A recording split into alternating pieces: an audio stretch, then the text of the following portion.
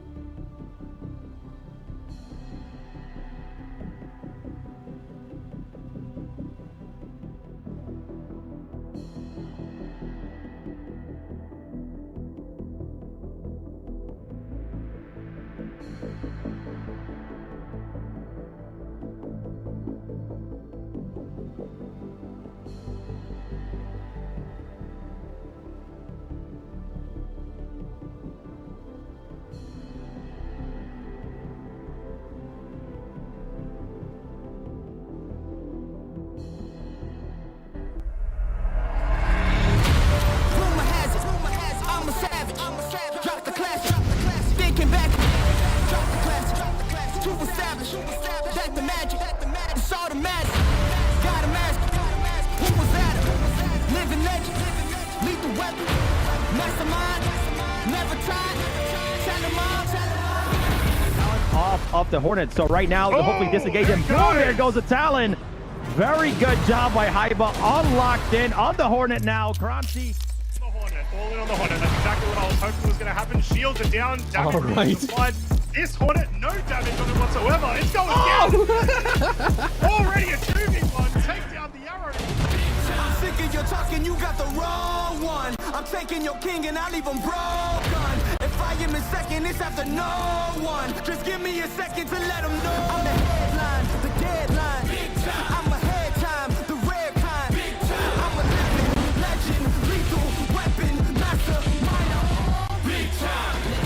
The king is back like prodigal. I gave him time, it's been too long. Was silent calm, but now the storm.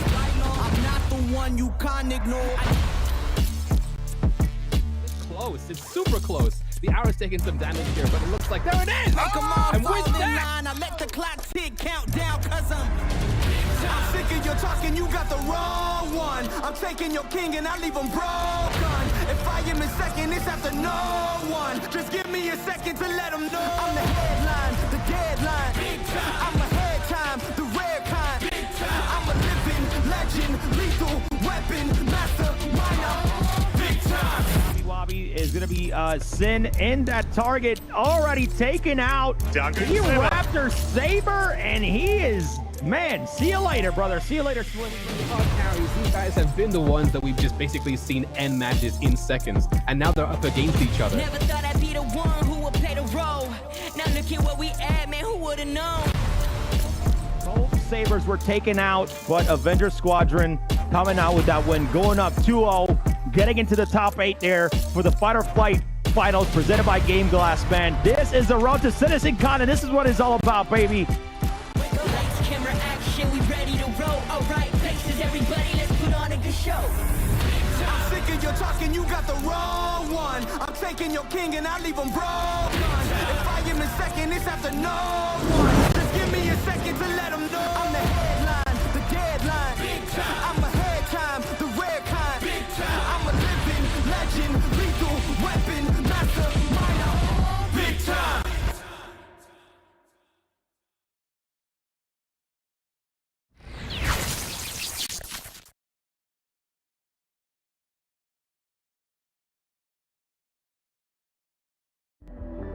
All right, ladies and gentlemen, welcome to Fight or Flight CitizenCon Invitational presented by Tobii. How's everybody doing today? We got some incredible co-hosts here. We got Kranzi and Meyer all the way. Meyer from the UK, Kranzi from Australia. How y'all doing today? Absolutely fantastic. First CitizenCon for me. Very, very cool to meet everyone and hang out with some people and play some really nerdy space games. Oh, man. Well, we got a 2v2 action happening here very, very soon. Meyer, how have you been? How has the event been for you overall so far? Tell us a little bit about that. Space whales. Okay. okay. You like the space whale? Any other hype you've seen so far that you've been enjoying? The resource management, the multi-crew stuff, server meshing, space whales. Okay. Well, hopefully we get more information. I know panels have been going on throughout the day, but I'm very excited to be here. We have a matchup coming up. It's going to be Team Straight Outta Kessler versus Kosher Coors here coming up soon. If you guys don't know, a lot of these competitors have played in our Fight or Flight tournament, and they have qualified to be here at this tournament here today. And then we got some incredible creators that you all know from being online and on Twitch. We have, so I'm very excited for this, man. I'm sorry. I'm very hyped up. We're live. We got things working. I'm super, super excited. But let's run through some of this stuff, guys. First of all, we have been doing this for quite some time as Atmo Esports, and this is the first ever live tournament experience here at CitizenCon 2953. If you ain't excited like I am, y'all better be excited, so give it a round of applause, not only for the competitors, but also the staff and volunteers that have made this happen today, and a big shout out to CIG. But let's get into it, guys, okay? Yep. Fight or Flight, all right, we had a group stage and a final stage. Kranzi, we'll start off with you really quickly here.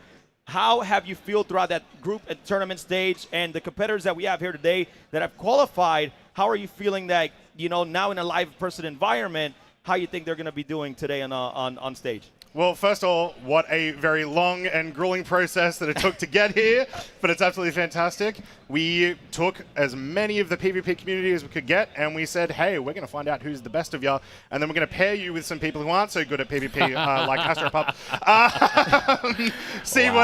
See what you guys could do. And it's been great to see them all come here. Now, yeah, exactly said.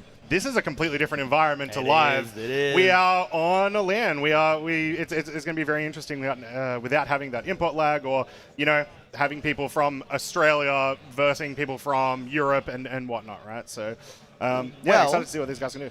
Well, I think you hit that very well. Meyer, let's talk a little bit about you. So we had four team of competitors that are actually here, that they flew in and then they got split up with content creators. Now, they're going to be fighting against each other. I mean, do you think they're going to be taking it easy on their teammate, or we're going all out today? Well, I mean, they had to fight tooth and nail to get here. These are the best of the best. I don't think, coming here, they do that. You know what I mean? I think that, there's still some bragging rights to be had to be the guy who wins in their team regardless, So, I don't think I'm expecting any of that. But what I'm looking forward to is just some good dogfighting, man. Yes. Latency free. This is I guess in kind of some ways the way the game is. I guess not meant to be played because it's an online game, but that I want to see it played. Hey, we make things happen. If you guys know about Atmo Esports, it doesn't matter what kind of event, we make it happen, and I love it. And by the way, if you guys are watching, we have our booth back there. Make sure you guys say hi to the team. We got some rule books that we're giving out as well. But before we jump into the matches, we're going to kind of do a rundown of some of the rules of Fight or Flight, so that way everybody understands. We kind of unlocked some ships and added some ships to this tournament, so that way the competitors have some freedom in order to, use the new ships like the Superior Glaive. We got the Anvil Hawk, baby. And then we have the Cartual. I said that because I didn't see anybody using it, but hey, let's hope so that when they're in atmospheric flight, they're able to use it. But let's start off with you, Maya, real quick. I mean, we added some new ships here to Fight or Flight. We kind of added a little bit to the rules. Which ship are you most excited to see in this tournament today? I love the Hawk Crucian, and with the road to CitizenCon, we had the best of the best fighting tooth and nail. We had them using Gladiuses and Hornets and all that stuff, Sabers in the mix as well. With this, it's a bit more of a friendly environment, although there is some competition. Okay. I mean, so I'm looking forward to seeing them use things like the Hawk, just because, again, this is one of these bounty hunting ships. It's made for dueling. At the very least in lore, it's made for dueling. It's made for catching people out and that kind of thing. So, I would love to see some Hawk representation for sure. But yeah, also, I mean, the Cartual, I don't know. Croncy loves this thing. We'll see if it happens. But yeah, I could take it or leave it, I got you. Well, how about you, Croncy? Same question to you. Which ship are you looking most forward to seeing these competitors put on a display and maybe a clinic here at this Fight or Flight Invitational? These guys have been giving me a lot of stuff about liking the Cartual, the wrong ships. It's wow. Wow. It's not too late for me to go back to Australia. But I really want to see the Cartual. I know it is like a pancake. It's really easy to hit, but it's just so cool that I don't care. So hopefully someone can pull it out there, because, you've got your double-sized fours. Anytime you have a double-sized fours, I'm really a big fan, like you have with the Talon as well. Yeah. Super maneuverable. That's all you really need, right? Right. Well, I mean, it's super maneuverable. We also have other ships. I got to call out one of my favorite ships that I think CIG have put in the game. You guys may have seen it up on the screen during the starting soon. But the Esperia Talon, if you guys don't like, well, man, I love my birds. Hey, I think that's a great looking ship right there. But this one, some of the best turn rate in StarCitizen, especially, for a dogfighting competition. So I definitely want to see that being used today. Obviously, double-sized fours as well. Yep. Some good tankiness to it, so let's see if that comes out to play. But some of the favorites here is going to be that Esperia Glaive. Cross, can you tell me a little bit about the Esperia Glaive and why it might be a favorite during this tournament?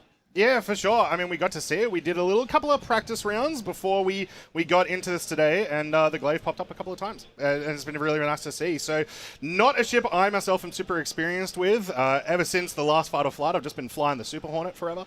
And we're probably going to be seeing more of that today, I would assume. But very curious to see what our competitors can bring this out with, because it's got those very strange weapons. Meyer, anything specific about the Xperia Glaive that you want to call out on your own here? Well, again, it's like, it's the most unique ship of the lineup because, again, it has the Van Duel weapons and nobody else can use those without using a glaive or like a blade or that kind of thing. Not too sure exactly how it's going to pan out with this tournament so far, but I think we might see people using it just because, out of preference, it is one of those things that it's one of the more rare ships to see in the verse, and so people kind of have gravitated towards it as, just the ship that they fly, and people go, oh, it's a glaive. Believe, Well, I'm very excited because we have Team Kosher Coors who's going to be coming out strong. Team Van Duel and using that Xperia blade and the glaive. So we're going to see a little bit of competition, the combo there. So looking very much forward to that. So for a lot of you guys that don't know the kind of matchup that we're going to have today, so match 1 is going to take place in Atmospheric Flight. It's going to be in Winter Circle here, one of the newest maps in Arena Commander. But let's jump into that real quick. Arena Commander, we got some nice, beautiful, we got it overhauled. It's looking incredible. I love what CIG done. Meyer, we'll start off with you really quickly. What have been some of the best features with the new Arena Commander coming out here in StarCitizen? Well, I mean, first of all, we're finally here. We're back. We have Arena Commander, we have private servers coming in, and with this, we can now have these guys come in and show us what they have in these closed environments. And, with Winter Circle, we're back in Atmosphere, so it's more of the same from the Winner Circle. It's more of what our contestants are used to. However, when they're not practicing in Atmosphere, I think most of the time they're up in space. And so I'm looking forward to seeing some of that with AC as well. Feature-wise, though, of course, coming in, multi-crew, that kind of stuff, getting your lobbies together, that's coming in soon. But of course, we're getting a taste of it today with the Fight or Flight tournament, Christian. Krause, before I get to you real quick with the same question, I mean, a lot of people don't know that we actually did Fight or Flight in the PU. We coordinated 64 teams to go 2v2 in a double elimination. Well, it was a group stage with single elimination, but we got to a double elimination bracket in the finals, and we were able to do that all in the PU. And now we're in Arena Commander. So I'm very, very excited for that overall. And now, question to you, Kroncy. What has Arena Commander, the new Arena Commander, has brought to you that you've been really enjoying in the recent patch? So, first thing, thank you, Duncan, for an amazing job with your Arena Commander update. Duncan, I believe, isn't here, unfortunately, today. So we'll have to maybe see him in Manchester at one point. But the big thing, racing community that I absolutely love. We've gotten super reinvigorated from the Arena Commander update. And then, of course, it allows events like this to become a bit more common. And we're probably going to be seeing a lot more hyper-competitive dogfighting as we go forward. So it's, absolutely fantastic. Something I want to call out, you did a great job at calling that out, Kroncy, is that not only, yes, we have a PvP showcase here, which brings you some action-packed dogfighting madness that I love so much, but we do need to give a shout-out to all the racers out there. Show them some love because racing has been incredible. I'll give a little shout-out to Splend as well. That guy is the fastest man alive in Star Citizen. If you can zoom like him, man, you're zooming. So big shout outs. We got all the new tracks, and we have other events like the Big Day Rally. We have other events like the System 7. So hey, we have a lot of stuff, a lot of gameplay that if you're not out there knowing where this gameplay is at, hey, we got it for you. Ammo.gg. You'll be able to sign up for all these events and just come join the community as well. It's been a blast doing this stuff for the past, believe it or not, 6 years. Six years we've been doing this, building these community events, and it's been some of the best that we've ever seen. So it looks like competitors are about to get ready here. But, let's talk a little bit about the rules here for Fight or Flight because of the fact that, the competitors are not able to use the same ships, right? So tell me, Meyer, in your thoughts here, if you were competing here with one of the competitors, what combination of ships would you use during the tournament? Well, I mean, we've seen it before with the group stage as well. I do like the idea of having one faster, more agile ship, and what I kind of call an anchor or a focus. A ship with a lot of firepower that you want to focus on, because if you don't, you're going to get hurt. With a 2v2, it's not quite the same as other formats, especially in the verse, where it's 1v many and that kind of thing. You kind of want to make use of the fact that you have a wingman with you, and having somebody who is faster, who people maybe perhaps are less inclined to shoot at, is it's just the best way to do it, Christian. I think, you know, Hey. like I don't need to explain myself. No, it's all good. It's all good. What about you, Croncy? How are you feeling? Like, which kind of combination of ships would you use if you were, you know, kind of going at it head to head with some of these competitors in this tournament? Yeah, well, I would say at the very least from the group stages, we found out there's a couple of different, almost like meta choices that you can sort of do, where you're going with, your big tanky ship that's going to not have the best maneuverability, but it has a decent enough damage output to just sort of constantly harass the other team. Yep. And then the other ship can be a bunch of different things. You can go for things like the Arrow, which is just going to try to be in your face the entire time, but if in any situation it's in a 2v1, it's out of there, right? Yep. You can bring in something like the Saber, where it's just raw damage and you're just sort of piling that on to one team. So we'll probably see a couple of different varieties here. The biggest thing that you didn't mention was they get to change their ships in between games because we're in Arena Commander. So we will probably see like meta responses where they said, hey, you're really good in that. Let's fight it. I mean, they have to. If not many people have flown in different environments, match 1 is going to be an atmospheric flight, which, you know, it really makes a ship. It depends on how heavy that ship is. That comes into play. And then you have match 2, which is going to be in space. So they'll be able to switch those ships and then go into match number 2 with a new ship. But these matches are going to be best out of 3. So once a team gets 2-0, then that team is going to be dropped down to that losers bracket. But we have some great matches for you all here today, and I'm just super excited.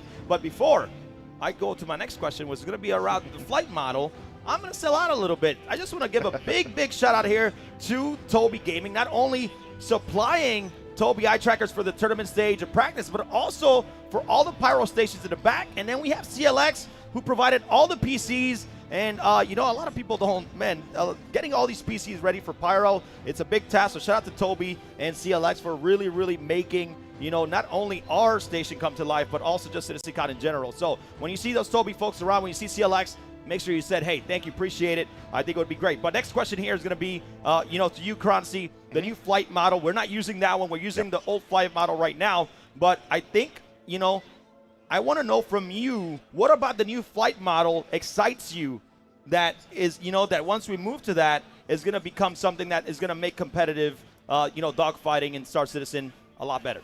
Yeah, one of the biggest things that I really like about what we've been able to play with master modes is the potential for future ways of balancing things. Just adding in a bunch of new things like the ability to, like, everyone has the lower top speed. The ability to mess around with that a little bit more is really nice. So I've been loving that, in that, like, hey, this will be really good when we get everyone on master modes.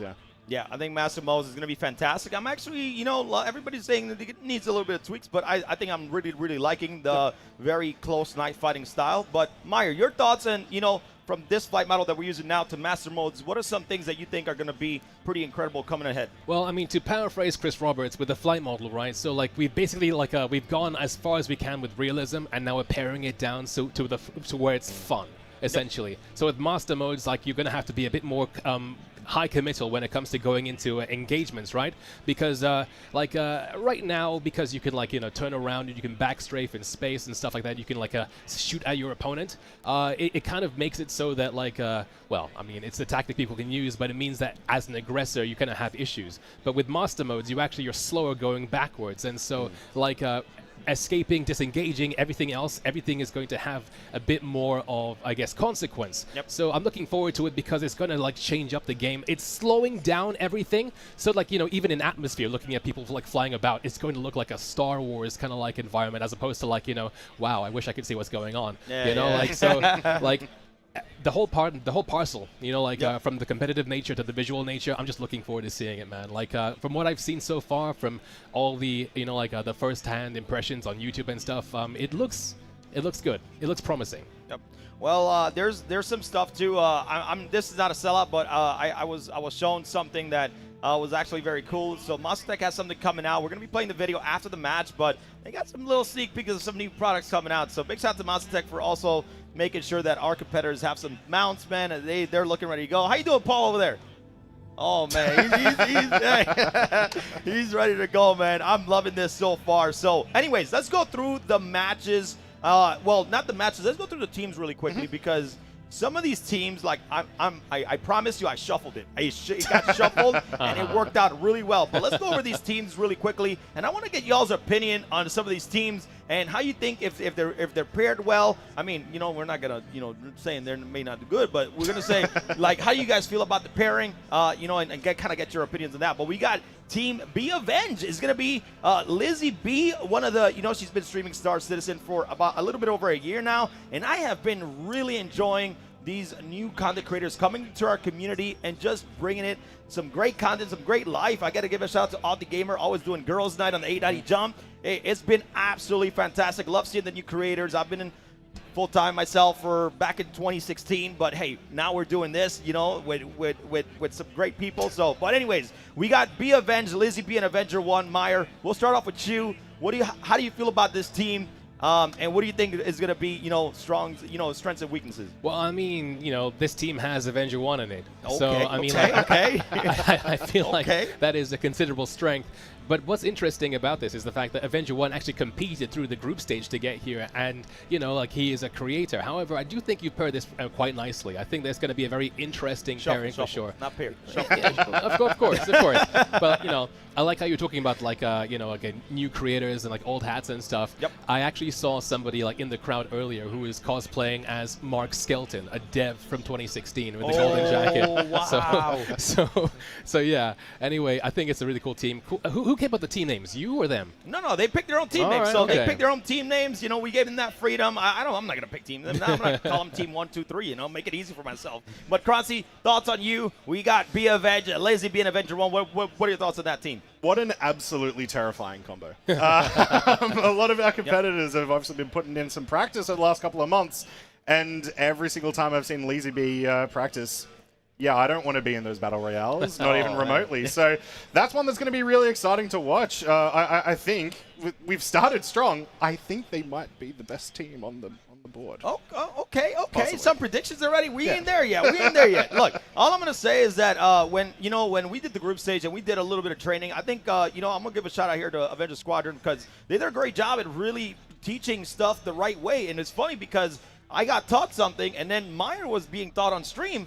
They had the same process, so they got that down to a science, and I'm just very excited because anybody that comes in can be trained by that squadron, and they'll be able to get the same training that everybody does. I think they got it down very, very well, so good job to them. But our next team is coming up is Green Serpents, and we got Verity, who's an incredible content creator in Star Citizen. We got Cobra from Shadow Moses. Now, y'all saying that team number, the Be Avenged may be dangerous, but I just, look, man, if Cobra can get in the rhythm, the way he moves, that arrow, that can be dangerous. But, Proncy, let's start with you a little bit. How are you feeling about Green Serpents coming into this CitizenCon Invitational? There's one important word, and it summarizes everything you need to know about this team. Which is shenanigans. And people who watch Verity will understand why that's the word I've used. Once again, an amazing creative Verity that one of the first people I actually watched play Star Citizen before I got into it. So, yes, keen to see what they can do. All right. What are your thoughts on that one, Meyer, and the team Green Serpents? Well, I haven't seen Verity fight. However, we do know that Cobra 257 is, again, part of Shadow Moses and, of course, is one of our finalists. They came through with the Road to CitizenCon. They are our grand champion, and so I expect to see some really just disgusting play from Cobra. So we'll see. Shadow Moses has kind of earned their title as living on hard mode, so we'll see. Well, I think we're about to get ready to our next, I think our first matchup. We are ready. It looks like the competitors are ready to go again. Yo, I want to get a crowd reaction for the first time ever in Star Citizen. We got Team Kosher Coors. If you guys are rooting for them, show them some noise in-house here. Appreciate you guys. We got Asher Pub and we got G.I. Jew from Ramming Department. And then over and straight out of Keshler, we have Ms. Gabby's, and now we have Schwang in that seat from Avenger Squadron. Okay, we got some favorites here, but hey, don't be sad if they get, clapped. So Paul just started really sweating. So anyways, we should be getting this match out of the way. Once you guys see the matchup there, you guys should be able to get that started. I think the teams are still getting a little bit acquainted with their controls, but let's jump into our next team. We got Team Hot Peanut. We got Herbadiza from the Spanish community, great Spanish StarCitizen creator. And then we got Sin again from Ramming Department, who was G.I. Ju's partner. What do you guys think about that team here? We'll start off with you, Kranzi. I first met Herbazita like yesterday over at the Atmo party. Okay. And I spent maybe 6 hours talking to him. Hey, that's awesome. That's awesome. Absolute mad lad. That's big, awesome. big fan. So, yeah, once again, someone I'm not super familiar with, being part of the Spanish community, but it's awesome to have that, have these communities, mold a little bit. So, yeah. Hey, I was gonna say something like, Kranzi, you're like in everybody's podcast, so you're gonna start a Spanish podcast. And like, no hablo español, the whole podcast, but it'll be all right. Don't understand the biblioteca. I know. Hey, you got it down to a T there. But Meyer, give me your thoughts here on Team Hot Peanut. Well, I mean, again, so Herbazita, I have not. I think I've actually gone against him maybe once in the verse. Let's not talk about that. But yeah, Sin again is one of these paragons of the community. Who like Shuang, they teach with their org and that kind of thing. Sin is one of the better dogfighters of ramming department. So I'm looking forward to seeing what they can do today. As we've said before, even though the best of the best was with the road to CitizenCon, it doesn't mean that these guys aren't going to be sweating today. So yes. But I think Hot Peanut's a great Herbazita. Definitely knows how to maneuver a ship. So I'm very excited to see him in the tournament. I was happy I was invited. The Spanish community from Spain needs some love. South America, love to have these folks here. Love to have people from all around the world. I just want to tell you guys that the last day rally, we had over 41 countries participating in the last day rally, one of the biggest community events in StarCitizen, and I'm just super proud to be such a diverse community from all over the world. We have people from literally almost everywhere, man. I was so super impressed and so happy with that stuff. So I believe we're about to switch here to the matches soon, but let's go over the last team here, which we got Team Kosher Coors one more time. We got Astropub and G.I. Do. Very excited for these guys. How do you think they're going to do against the next team here? Well, I mean, Paul is more of a historian than he is a dogfighter. I can see Paul get down, man. I've seen him get down before. So, hey, don't cut him out. Don't cut him out. Maybe we'll see him make his opponent's history. Who knows? But, here's what's going to happen. Paul is going to end up on the seat, right? And then he probably lose match 1 and then power up, put on the space helmet. It's game over. It's game over for Team Straight Outta Kessler because, hey, if he puts that helmet on, it's going to be GG's. That's fair. Yeah, but very, very excited for that. Your thoughts on Kosher Coors here, Kranzi? Yeah, we got to see GI absolutely crush it during the group stages. One of my most sort of impressed by competitors, you know what I mean? Okay. And then, team them up with the worst creator. It makes a lot of sense. So we're really ribbing into Paul today. Yeah, should be a good fun match, but obviously this is a big team. Hey, man, look, it's not just Paul. It's pretty Paul, stacked. Berserker, 01, Batman, Shelly. Get that right, okay? All right? I've been watching Paul for a long time to know that right. Like, look, I didn't even stutter on that one, so it's good. Anyways, we got our next team. I believe, they're okay. They're still getting ready here. So we got our next team. We got Space Dads, and we got, the best mustache in StarCitizen. We got Mr. Bog Nagas in the house, and then we got Comet with Team Space Dads. So very, very cool comment also from Shadow Moses. Now, what are your thoughts on that team? Because you got to fear the stash somehow. Yeah, I mean, there is a certain intimidation factor 100%. For sure that's going to come into it. I think a couple of our competitors have brought in props to also accentuate that. But yeah, Bog Nogus, one of my favorite StarCitizen creators. Really excited to see what he can do today. Yeah, I mean, I'm still trying to wonder how that guy can grow that mustache. I can barely grow one. But anyways, your thoughts on Space Dad there, Miss Mine. Well, Comet 15, Grand Champion, keyboard and mouse.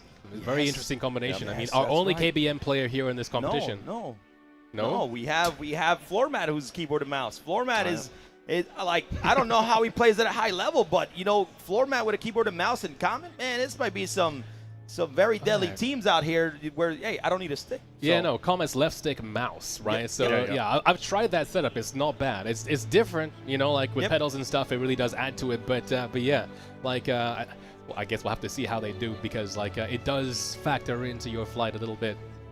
No. All right. Well, I believe that I think we're about ready here very soon. We're about to get the matches up. And then myself and Kranzi, we're going to take it away with this casting here. But our first match is up. So Let's get some noise in the house here at CitizenCon 2953, and let's get this match underway, baby. Crunchy, are you ready, baby? I'm ready. Oh, let's go. I'm excited here. It seems like we got Gabs on that top right, and then Schwang on the bottom right, and then we have Astropop top left, and then GIG bottom left, and they're flying some ships. Crunchy, break it down, which ships they're flying, and let's get it on. Yeah, so we've got the double Asperia combo with Astropub and GI. Meanwhile, Gabs and Schwang are using a setup that we're a bit more used to with the fighter flight. So we've got the Saber and the Hornet, which did end up being, you know, the standout combo from the group stages. A lot of it, sort of what I was saying before, is you use the Hornet as a bit of a tank. It's got enough damage from itself that it can pressure the other ships, and then you just need to find a spot for the Saber to come in, offload its cargo, which in this case is bullets, and usually that takes someone out. So we're just about to get into our first approach here of CitizenCon 2953. This is exciting. All right, well, let's get it going here. Let's see. I think they are already underway, if I'm not mistaken. We got GIG already getting that target online and he's peeked out, man. Let's see how this first pass goes. Crunchy, I'm liking, look at the Tobies going there. Got the eye tracker, head tracker. I'm loving this matchup so far. Match one is underway. Here we go, guns out here. Miss Gabby's going in very hot here on that Saber. Yep. Man, Crunchy, how you feeling so far for this team? I mean, fantastic. Very, very solid first pass, it seems. Just staying on that. Those Wraths doing fine work on that Saber. Yeah, right now, GIG doing a very good job staying clean there with that glaive and doing that merge. Here we go. And a lot of things that people need to understand is it's so important to have that power management on these ships. So it's not just about controlling the aim, controlling that. You need to control power. You need to control thrusters. You need to control shields. It's in this moment, will they be able to hold on tight and be able to come up 1-0 versus Team Straight Outta Kester? Yeah, not only that, I just noticed both Gabs, or actually all four of our competitors now really risking their distance. I would return to the arena, guys. Yes, I know. So this is what I love about this, right? They are an arena commander, Ooh. So they have that shield. They have that arena. They can't go out of bounds. So Winner's Circle is actually a 20-kilometer radius. So it's actually a lot smaller than that, you know, than that radius in there. So. Yeah. But hey, it's all good. It's so far, but the teams are still up and ready to go here. Yeah, so first game's going to go to Straight Outta Klesher. Yep. Hey, very, very good job. First game, and then again, we're going to have, you know, game one goes to them, and then let's see if they can come back and tie it up 1-1. But, you know, I think the competitors are a little bit, you know, maybe because we gave them a 30-kilometer radius at fight or flight. So, but, you know, it should be all right.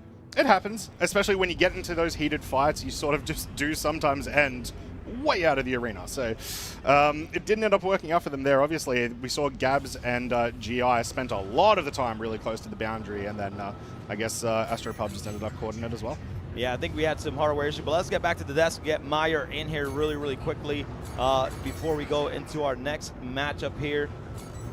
All right, Meyer, so thoughts on, you know, kind of obviously thoughts on, like, you think the competitors are used to being in Winner's Circle, you know, being in that smaller radius, Meyer? Well, I mean, Winner's Circle is fairly new, and so it's just one of those things where, like, maybe perhaps, like, as they were fighting, they didn't necessarily know which one of the objects around them was the center marker, and so they kind of just gravitated outside.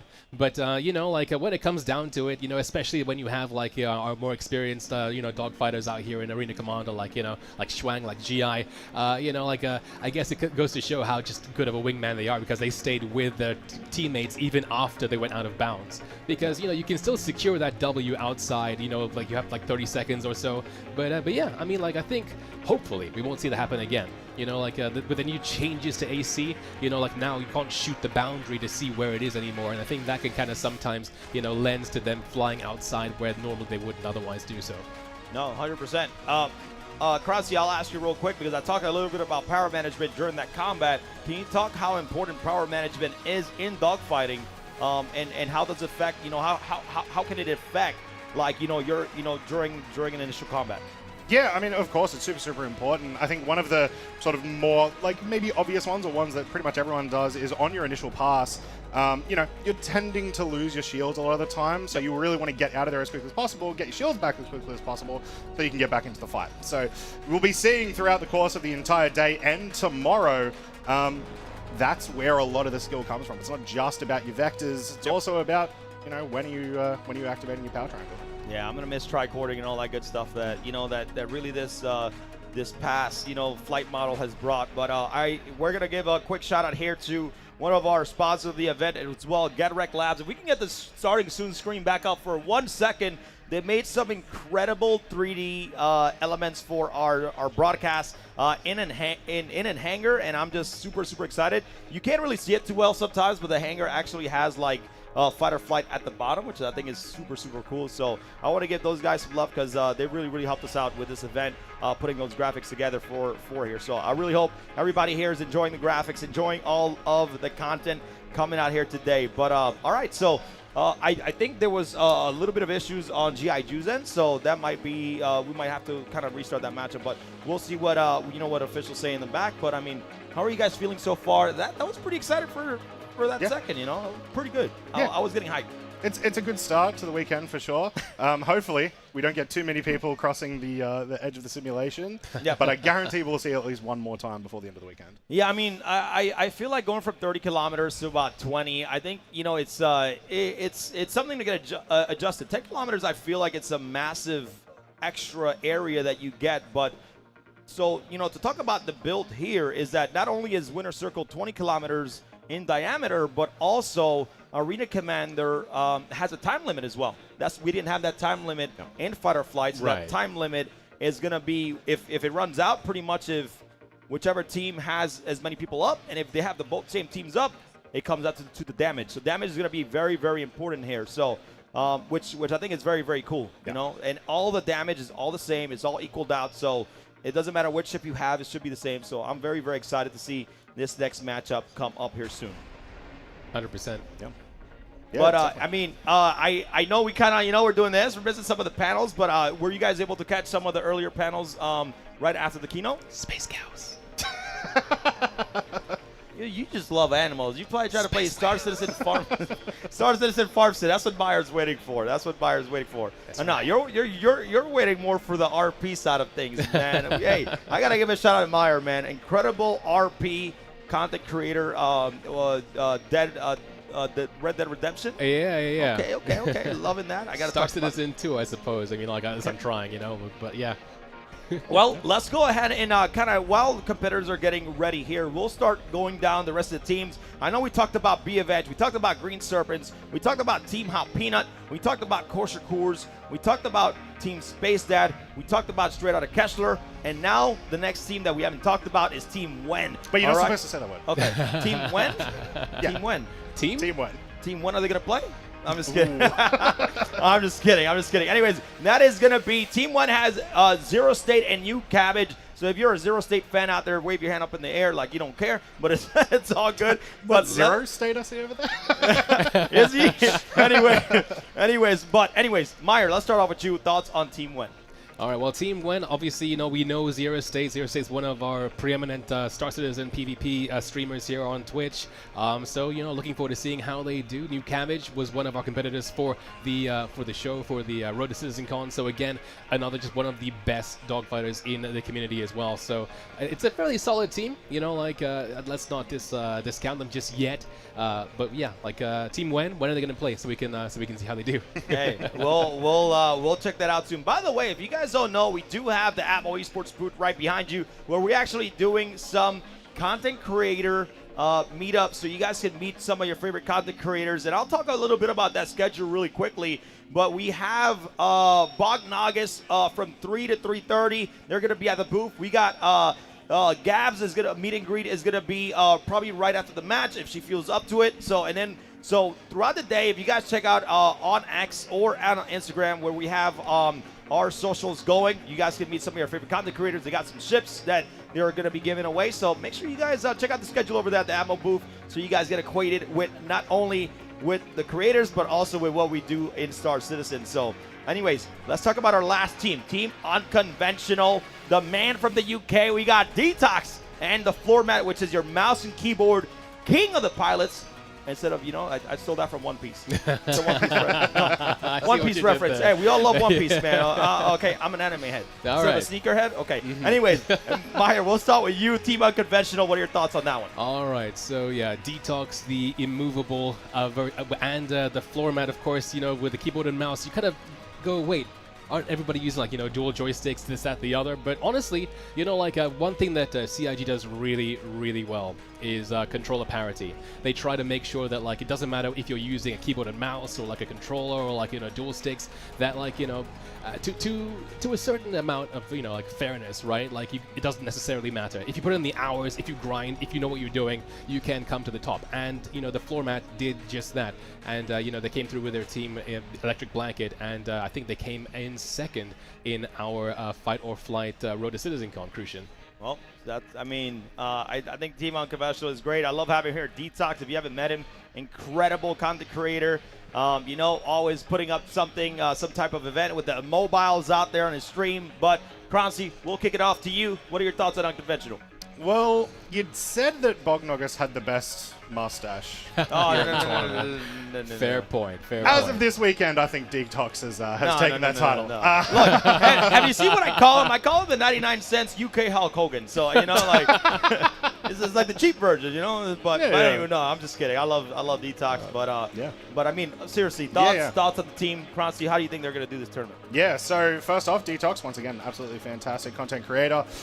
Does a lot of big operation stuff. So you get to sort of see what. Like fleet combat or small operations on the ground might be, that sort of thing. And it's really awesome to see Detox come to this event and get his PvP shoes dirty again. So, yeah. He is also representing the UK, and so there's more pressure, Detox. More pressure. Yeah. By the way, look, man, the entire team here is wearing some of the Atmo Esports X CitizenCon merch from 2953. Look, I'm just going to say it. If you guys want to grab some of your own, check it out at atmo.sc/merch. It goes towards our project that we're doing. And, it just kind of supports us. It pretty much goes right back to the community with trophies, merch, and all kinds of things and prizes for the competitors to win for our events. But, yeah, hey, if you haven't grabbed one yet, check it out. Grab it. We have a little bit of support for, our fallen soldier, Port Olisar. So, feeling good about that. But we have a little bit of issue while it's getting fixed. We are going to take a quick intermission. I want to say thank you all so much for being here with us today at CitizenCon 2953. I'm so excited to be here, if you guys can't tell. And I know Meyer and Croncy are excited. Well, anything you want to say to the fans, to the community out here? Maybe we don't have fans yet, but we'll get some fans later. But no, seriously, anything you guys want to say in this moment out there to the community while they're here, man? They're in person. We don't have to do this online anymore. Anyways, Meyer, kick that off. Hello. Thank you, Meyer. Yeah, I'm getting trolled up here. No. Anything you want to say, Croncy, before you take a quick break? Just stick around. We've got a lot of really, really good fights coming our way. Hopefully we can get this problem fixed ASAP. And then, lots more fights. All right. Well, ladies and gentlemen, we'll be right back. Thank you all so much for standing by and watching. And once we get this fixed, we'll get this next match underway.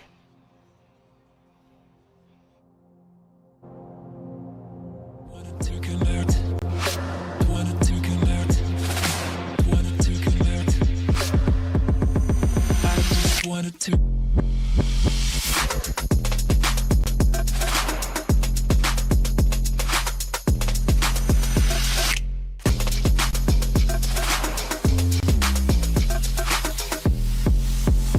I just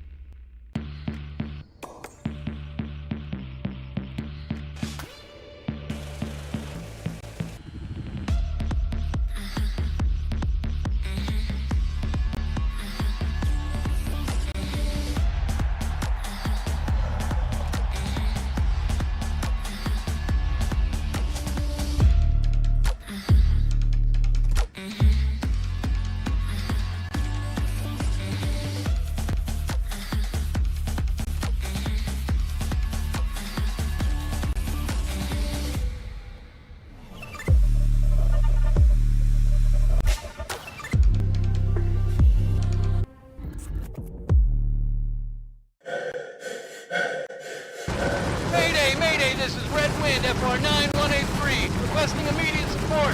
I'm under fire from an unknown number of hostiles. Sending my location now.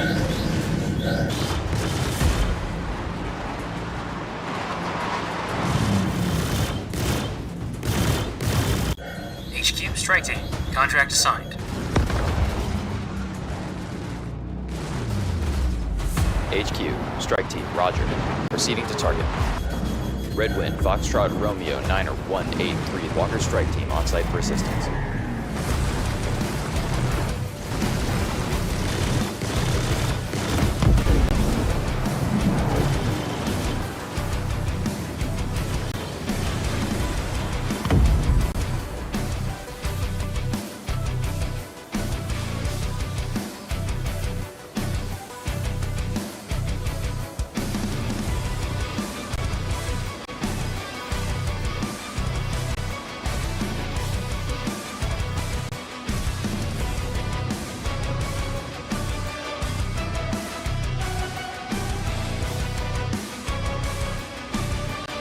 HQ, strike team, contract fulfilled, ready for tasking.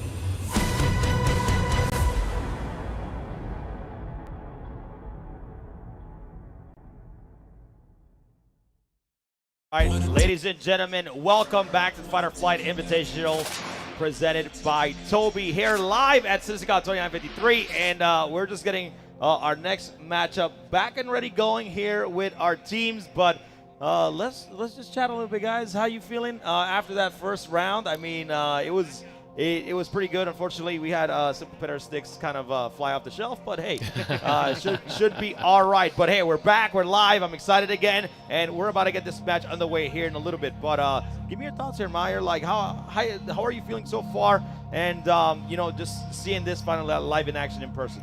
Yeah, I mean, like, it's definitely a whole different vibe to, like, you know, doing it online, you know, like everything from, you know, getting to see these guys do it with zero latency to, you know, even just us being able to cast and talk to each other with zero latency as well, right? I mean, there's like almost no talk over, you know, it's a great experience, you know, it's like, incredible. I'm hyped for it, you know. I can actually touch Croncy too. Look at that. We can touch Croncy. With no latency. No, we have no, yeah, I know. I got the tattoo there, right? Oh, I'm so sorry. I forgot. No. Nobody wants to touch your circle maze anyway. So I'm just kidding. Crossy, how you feeling, man? I know we just got a quick matchup though. We had a quick thing, but we should be able to get underway here in a second. How you feeling so far? Feeling really good. One thing I want to mention that we haven't talked about much, you know, we're at CitizenCon and stuff, is some of the absolutely insane, cool things that are around, like that whole space over there. For those who are watching via camera, I am pointing towards a massive room of lots and lots of computers where you can play Pyro. Yep. Which is insane. It's so much fun, so much fun. So I highly recommend people go do that at some point over the weekend. I totally agree. Very good call out there. And I really hope people have been enjoying Pyro.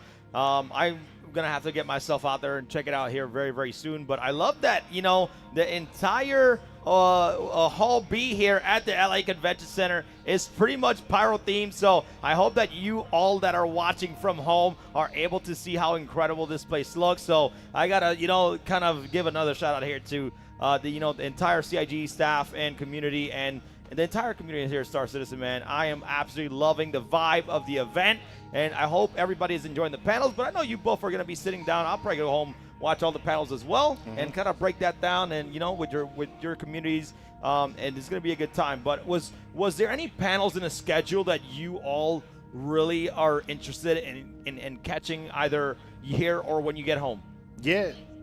Yeah, there's a couple of different ones. I think the biggest one that is really, really exciting is the final one, Destination Adventure, because it is the most vague description of a panel that I've ever seen, which could mean it's anything. Who knows? So we'll figure out that one.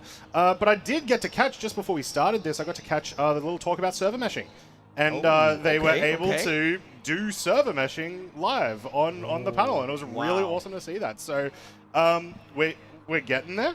Hey, that's all that matters. I have been, I honestly, myself and Meyer, and you now, Croncy, joining us in the ranks. I'm sorry, I keep touching, my bad. I keep forgetting. My bad. But seriously, it's been great. By the way, you all just saw Pyro Playground, But, you know, nice to have us together here. We had a great get-together last night, and I hope to see more of the community, you know, at the Bar Citizen later on tonight. And wherever I catch anybody, please, if you see anybody, you know, from Atmo Esports or the team behind the scenes, please say hello. Please say, you know, you guys did a fantastic job. We're doing our best to get this underway. But, hey, this team has been incredible so far today. But, Meyer, any panels that you have been wanting to catch, or, you know, when you get back home, you're going to really take a look into and kind of break down, you know, with your community? So I want to go ahead and have a look back at that resource management one again, just because engineering is such a huge part of the game going forwards. But, you know, like the first thing we saw, that keynote, was kind of a primer for everything else to come this weekend. Tomorrow has a really cool one on just like the player character and like how they're changing, or how they're, you know, how it's evolving. You know, from like the facial DNA to the hair to everything else. I'm looking forward to, I'm looking forward to that. You know, like bleeding. I mean, like I saw that. That came out of left field. I was like, what? Why? I can get a nosebleed in StarCitizen. They really showed so much in just that opening clip, and I love what Chris Roberts always talks about, how much like hardware and data and just how much those videos take to make. But it was incredible. I've never seen Chris Roberts emotional before. I saw that as well. Yes, I agree. Yeah, and that was, you know, I'm not saying he's giving stuff away, but that just means that, you know, like the kind of evolution from 2012 or 2013, I don't know exact dates, I'm sorry, but the evolution from then to now, it makes me emotional as well, being in this community so long. I mean, he spoke about server meshing back in like the late 90s, you know, like while he was still working with like, you know, EA and stuff on like, you know, freelance and stuff like that. You know, like when he was asked, you know, like what do you want like next, or what could be next? Yep. Server meshing, those words came from him, you know, like, so, you know, to see that and then to also just watch that being demonstrated live and then it being 5 times more complicated than I thought it was actually, you know, like, like yeah, it's amazing. I mean, like, I mean, I ain't gonna lie. I after we took a quick break, I went backstage and you know, Corsair, our managing director, man, he was like, this is insane. This is incredible. So, you know, I'm not going to say that we feel the same way as Chris Roberts, but I'm just saying that we feel super proud to not only be part of this project here that is called StarCitizen. Like, I'll wait for this thing till, you know, till I need to. But, you know, like it's just incredible. Not only it's a big moment for him, it's also a big moment for us at Atmo Esports, and I'm just happy to be here with you guys, seriously. So thank you guys so much for taking a long trip, a long way to be here to cast here at CitizenCon 2953. It's such a pleasure to have you guys next to us. But Kranzi, you know, like we got a lot of different content coming out. We got a Bengal here, a Lego Bengal. By the way, that must be, hey, is that sponsored by Lego? No, I'm just kidding. I'm just kidding. But hey, we got some great stuff, man. We got our roaming camera giving us some incredible content here. Man, our production team is killing it, man. But hey, what do you guys think about that? How long do you guys think it took that Bengal to build? I think I watched it happen yesterday. Wait, they were building it? Yes, they didn't build that in one day. They had it in some parts. They were putting it together. I don't know how long the design would have taken, that sort of thing, but a lot of work would have gone into it. There's a couple of Bengals around the place, actually. Very popular ship, it says in the ship. There's like a wooden one, like I believe on the other side. I saw a Lego Starfarer. Look, the level of just creativity that the community has is ridiculous. I mean, JRDF have the Dragonfly all the way on the other side there, which I believe everybody who has that sitcom package also now has a skin Dragonfly just in the exact same fashion. Yeah, it's been really awesome.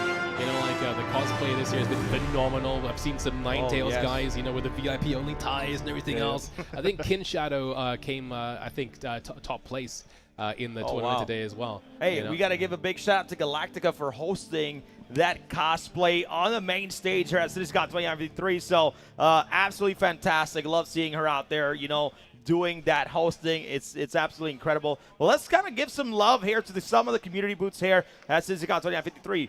Kranzi, we'll start with you here really quickly. What have you seen out there from the community that you had just felt like, wow, this is incredible? Well, look, I'm a little bit biased, but Altama Energy, you know, all the people that we've been, you know, hanging out with and been collaborating with for the past couple of years. So make sure you buy your fuel from Altama.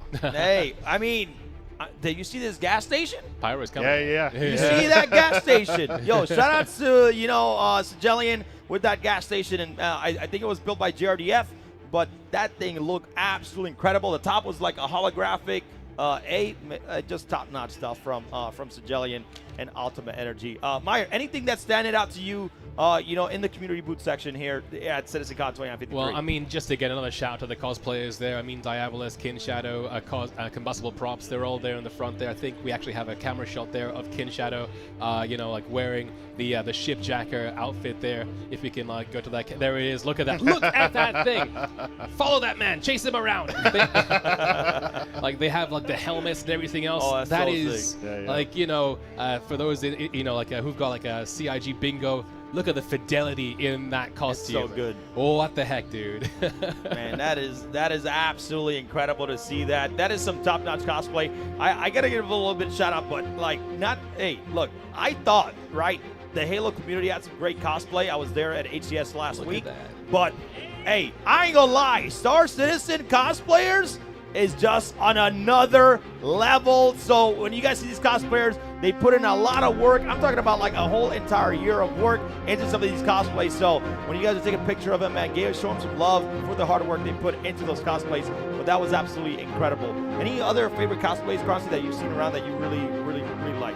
I mean, we got to give a shout out to Buster with the hot dog. Oh, come on, that was key. That was key right there. I don't know where they went, but someone was going around in a medical gown. Someone. So like there was a lot of people. Yeah, someone from Test go. Squadron. I think Chrome Ninja was. I saw like a whole group of friends as well, just wearing the medical gowns. They just respawned. Back to Pyro. Is that the ultimate cosplay for you?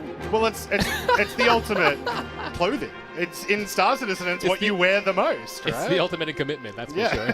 hey, sometimes we just want to be free, right? Yeah, That's all I'm saying. That's all I'm saying. But hey, again, shout out to our roaming camera, man. Our roaming camera is absolutely kidding. I gotta give a shout out to Sevens, man. That guy is such a sweetheart.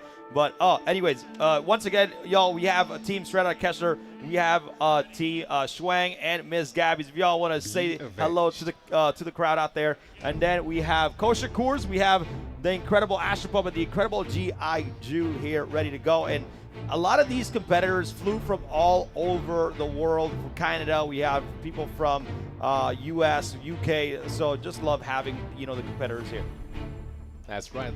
They're wearing their countries on their sleeves today as well with these jerseys too, which is ridiculous.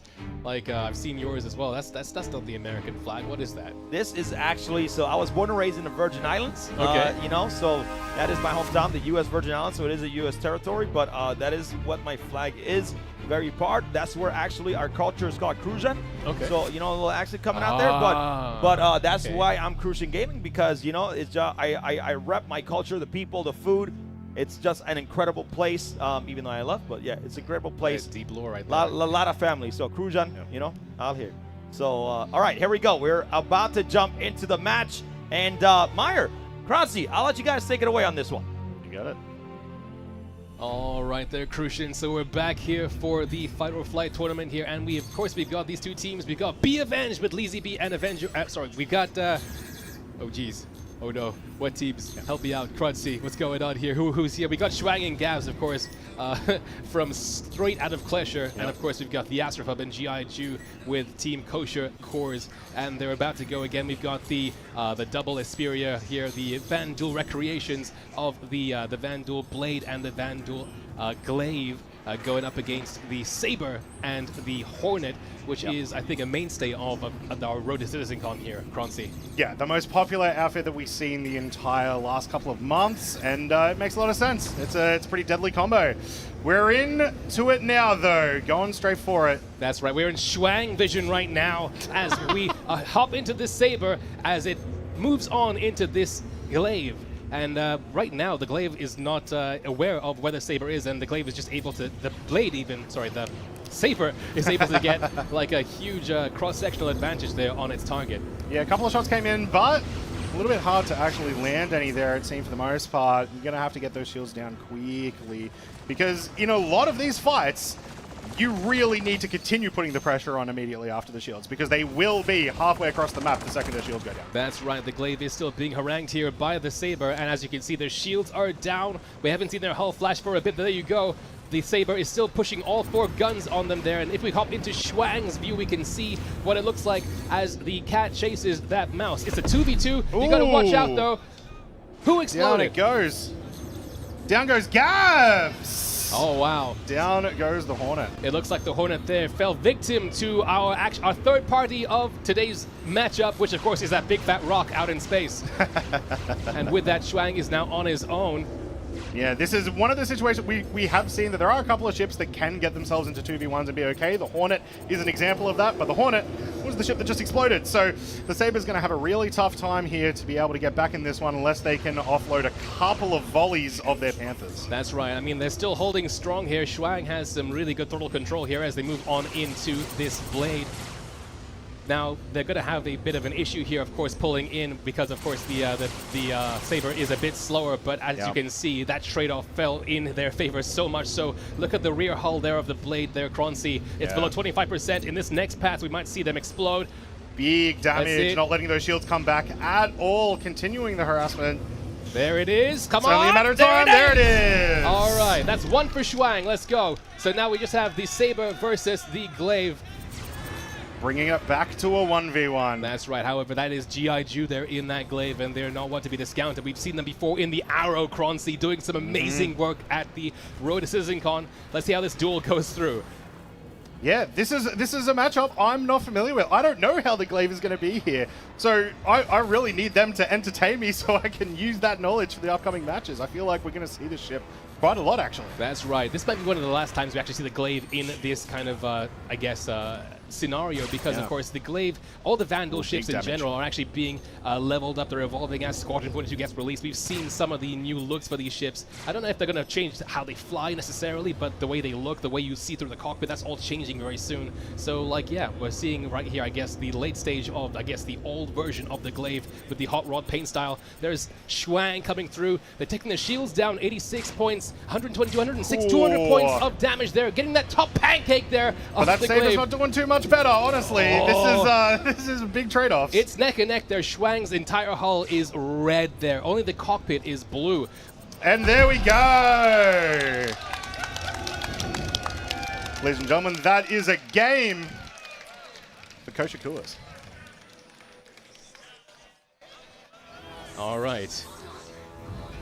So that's game 1 there for, of course, well, straight out of Klesha there. Schwang basically doing a 2v1 there. We'll see how it goes in the next matchup here as Gabs rejoins. We're going to have a strong word with the asteroid there, Crucian. Make sure they don't hop in unless they're told to next time. All right, let's go back to the desk, though, real quick, because, of course, that's game 1. They now have a chance to choose a different ship now if they want to. And, yeah, all right, let's go back to the desk and talk to Crucian, see how they felt about this game. Well, something I'm going to say here, and I want to give a big shout out here to Ms. Gabs. You know, we have such an incredible, I always say diversity, but we have so many great, women in gaming here in the StarCitizen community that is out here not only competing in person, but doing a phenomenal job in the PvP community, harvesting their own PvP community. So I just want to give a quick shout out there to Gabs on that. It's unfortunate, but it's okay. That's how we adapt, we control, and we strategize to come back stronger, better than ever. But again, Schwang did a great job, 1-0 on that battle. If I'm not sure if we have replay set up, but they'll let us know. I mean, it was a great matchup to see, G.I. Jew versus Schwang. Obviously, I think they went with that meta ship, and I think Schwang and the Saber just, hey, I'm going to steal your line, but Schwang and the Saber is just, Schwang, is just OP. Schwang is Schwang, man. That's all you do to say. Schwang is Schwang. It's just OP, man. But anyways, Crossy, give me a little big breakdown of what you saw in that matchup that you thought was just really unique, or maybe that was just impressive overall. So, firstly, we saw a lot of stuff that we got to see over the group stages where try to focus down the Hornet. It's the one that's just a little bit more annoying because it's too tanky and you can't really do much with it. They took it out, but that is the best Saber piloting I've ever seen, honestly. That was insane. One of my favorite ships in the game, and Schwang absolutely crushed it.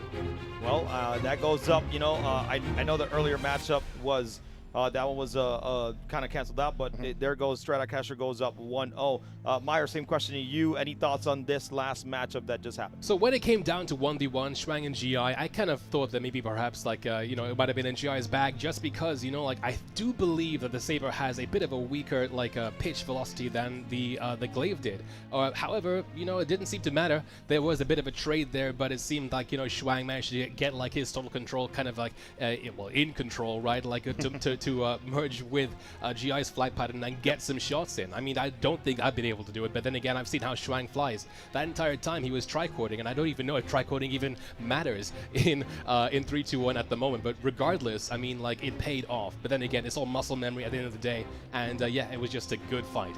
Yeah, something that I will actually mention right now too is that, you know, like these teams, like there's when you're playing in person compared to online, there's a lot of adjusting, there's a lot of strategizing, and there were some headsets, so they're able to beautifully communicate with each other, no problem. But man, that was, I think it was a great matchup. Love seeing this stuff going underway where, you know, GIG was able to hold his own versus Swang, but at the end just couldn't come through. But hey, they were on point. There were some very good merges. Power management was on point. You know, these are some great teams, and I loved having him here at CitizenCon 2953. But it's been an overall pleasure to see these folks go against each other so far. But hey, we got game number 2 coming up, which is going to be in a different map. We'll figure out which one that is going to be here in a second. But man, I really want to see Winter Circle so bad. I really like that map. I want to see that replay again because I think you know, Team Kosher Cores, if they're going into an atmospheric map, I think they can bring it back 1-1. Yeah, I mean, like, one of the reasons, again, why I feel Gabs did hit that rock in the first place is because, like, throughout the entire road to CitCon, we were in atmosphere. There aren't any flying rocks in atmosphere, and so it's not something that you normally have to watch out for and avoid. But, of course, like, in a scenario like this, in Broken Moon, in Arena Commander, you know, as you're, like, you know, locking onto a target and beating onto them, making sure that you have your nose on them so they don't have your flat, you know, like, you can just strafe into things, like, you know, if, you know, you're unlucky. So, I mean, there's a lot more space than there are asteroids, so like, you know, whenever I fly, I don't really look where I'm going either. You know? Hey, well, that's true. I mean, you know, I gotta also give some love here to Asher Pup, really holding down his own on that blade. His maneuverability was good, got some really good shots off. You know, so I think they could have still took it, you know, to be honest. So, you know, it's not out of the realm. I think they Team Kosher Cores can definitely come back, tie it up, and hopefully, you know, take it to that game 3 that we want to see. Of course, we want to keep seeing that action go all the way through. And what I love, we're going to talk about the next matchup, but we have the next matchup is going to be Team Green Serpent. So you got Viridian Cobra versus Unconventional, where we're finally going to see Detox and the floor mat. Okay, the king of the mouse and keyboard is going to be coming up after this matchup. So I'm very excited to see that match number 2. How about you guys? Yeah, 100%. I mean, all of these matches are going to be super exciting to watch. We're probably going to use that term like another 90 times before the end of the weekend because it's just really fun. This whole event's really fun. So, Fun? Yeah. It's just fun. It's only fun. Sorry. I'm just kidding. Oh man. Well, so we're gonna have this matchup coming up. We got some more roaming camera here. We got. Oh yeah, I forgot to talk about him. That's true. We got our security team that has been supporting us throughout the entire time online. We got Walkers of Sigma. They have their booth over there right next to the Aces booth. So if you guys are looking to do some security in Star Citizen, definitely go check out Walkers of Sigma. So big shout outs to them as well. Very good call out there. So okay, production. Okay, I feel you. I got you. All right, no problem. Any orgs that you guys normally rep as well? You know, Meyer, Croncy, any orgs that you guys want to give some love to out there that you've seen, you know, comes in strong numbers here to CitizenCon 2953? No, not really. No Australian orgs, man. What are y'all doing? There's y'all Australian orgs? I don't know. Nah, you know? one big shout out to Red Legion. Who are those guys? So that's Red Monster SC's org. Oh, okay. Yeah, okay. they're absolutely fantastic group of guys. Yeah. I was trying to be sarcastic on that, by the way. Wow. Just kidding. Wow. What about you, Maya? I know you ran an org. I'm not sure. How's that going? So I run an org. However, at the moment, it's like, you know, in hiatus at the moment, just because, you know, like I'm doing other things at the moment. But that aside, Test Squadron is here, and I've been a member of Test since 2016, I believe. And I've been a staff member on Test for about as long. And they're here in full force. They have their entire booth. And yeah, with the mission statement, and of course, sealing an Idris and flying it into a sun. So okay. I mean, hey, that's always a good thing. That's going to take a long time to fly into the Sun and Stanton system. So, but one thing I want to talk about: how excited are you guys to, look, I'm not going to say anything, but how excited are you guys to just know that Pyro is around the corner? What are you all, I'll start with you, Croncy. What are you looking forward to in Pyro in general, other than going to another system? Don't make the obvious, Croncy. No, but Tell me what you feel. Tell me what you feel. That's the thing, though. A new location is such a big deal because it's also not just a new location. It's like 800 different new locations. Look, you know what I mean? I'll kick it off with you. Look, yes, it's a new location, but it's a new location for us to create new events. It's a new location for us to have a different environment for things like fight or flight. It's a new location for us to go crazy, have a playground, So, what about that? Yeah, that's cool. Okay. One of the biggest things that's like super, super exciting with it, though, is this weird sun thing, these coronal mass ejections, and what that could mean for a potential fight or flight. You know, what if you're in the middle of a dogfight? All your engines turn off, that sort of thing. So, yeah, very excited to see the implications of that. All right, well, that looks good. We just had on the screen Sanji Sama, a Daymar Rally champion. If you guys, veteran. A massive veteran. If you haven't seen the Daymar Rally trophies, they're actually at the ammo booth. Go hold it up like you just won the, like you just won the Daymar Rally. Just don't take it home, please, okay? We need that for the competitors for 29.54. But Meyer, anything that you feel like Pyro is going to bring to you that is just making you super excited? So, I mean, like, we've heard about Pyro for a long time now, and in that time we've heard and we've seen a whole bunch of different iterations and things and promises about how it's going to be.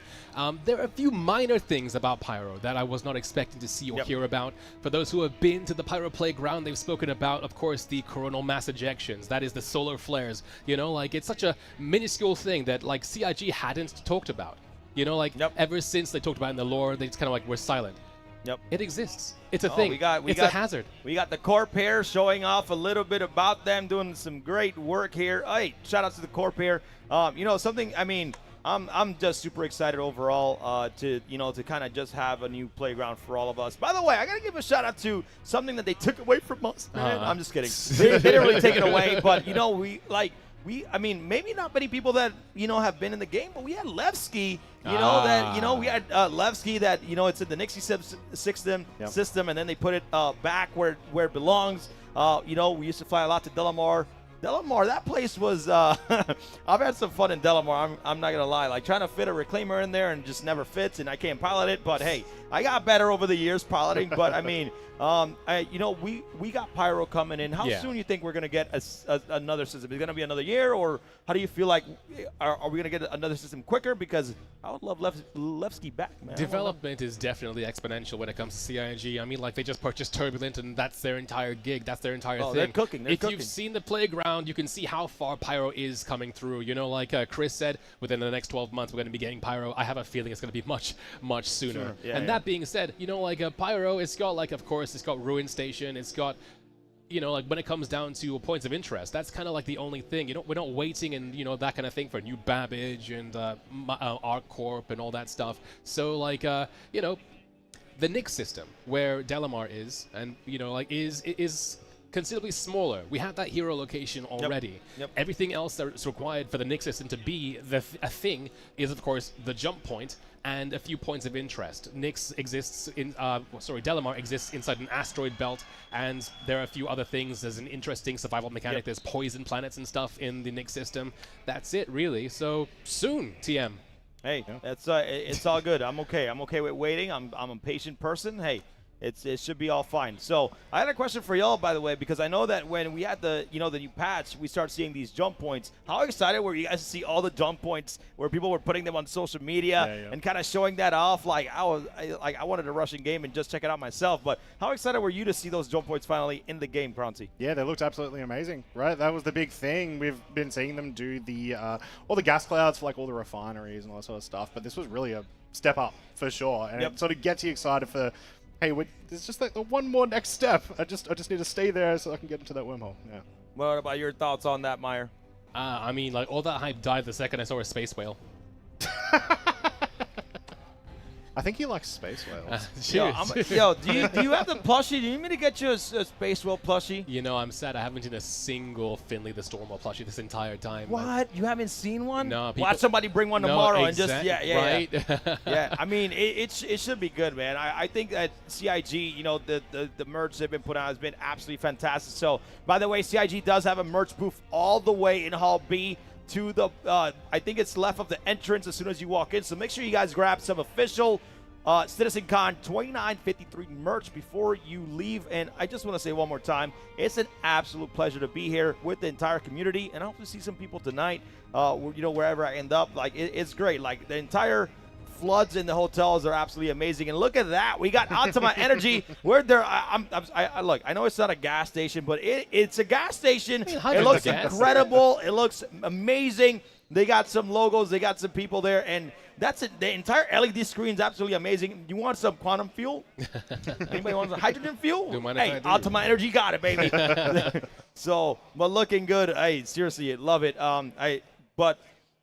Oh, look at that. Everybody, dude, this is a great event. I'm glad everybody's having a good time. I think the panels are still going, but hey, can't wait for everybody to be coming out here, mingle with the community. Make sure you guys are hydrating. All right, I've done so many events. Make sure we're hydrating. Everybody's out there hydrating, and make sure you guys take care of yourselves because we're standing a lot, walking a lot. So make sure you guys are seriously staying as healthy as possible, especially with this California heat. Anyways, let's talk a little bit about LA a little bit. This is some of everybody's first time in LA. Anything that you have done, we'll start with you, Mike. Anything you've done in LA that you have really, really enjoyed so far? I mean, the only thing I've been able to enjoy so far is the food because we've been here in the, you know, at the convention center and stuff. But like I came to California to try Detroit-style pizza. And I don't regret it, man. Like, I found a new love. Okay. That's been it for me, though. That's been my adventure, food. What about you, Croncy? I know you got here a little bit early. You have, you know, an entire team of Australia that came out here together. Yep. How has been your experience here in LA so far? Been fantastic. It's kind of a weird culture shock, I'm not going to lie. From Australia, even though it's, you know, it's still it's somewhat similar. The biggest thing, though, we went to the conservatory and watched sunset. Really, really cool. Really awesome. We did see a public proposal, which was... Oh, wow. Okay. Weird. Well, congrats to them. It was weird. Why? Why is it weird? Public proposals are weird. Why? My wife's watching and she agrees with me. Yeah? Yeah. Why? She didn't want you to do it in public? Oh, no. Me? Oh, no. Why not? You should have done it in that dream. You should have done it at CitizenCon. You should have brought her out here. You should have right there. Ooh, proposing at CitizenCon. That's an idea. Hey, okay. You said, but I thought, come on, man. I mean, I'm already married. We've already had one of those. I think Bad News Baron proposed, didn't he? Really? I think so. Yeah, and he hasn't been back since, so don't do that. I'm just kidding. I'm just kidding. Shout out to Bad News, man. I miss that guy. I ain't gonna lie. So, but hey, thank you. Seriously, it's been great. I think we're getting some stuff situated. But I believe we're going to go in a quick intermission here one more time before we get match number 2 underway. Shout out to VKB for helping us here and fixing some of the sticks. You know, quick work. Really appreciate you guys. You know, love. Oh, they're busy. Okay, all good. Further, all right. Further proof of the live event. For the live event. I know. So, all right. Well, ladies and gentlemen, we're going to take a quick intermission, and once they are ready to go, we'll be right back. So, once again, to everybody that's watching at home and that are here in person at CitizenCon 2953, thank you so much for watching. We'll be right back.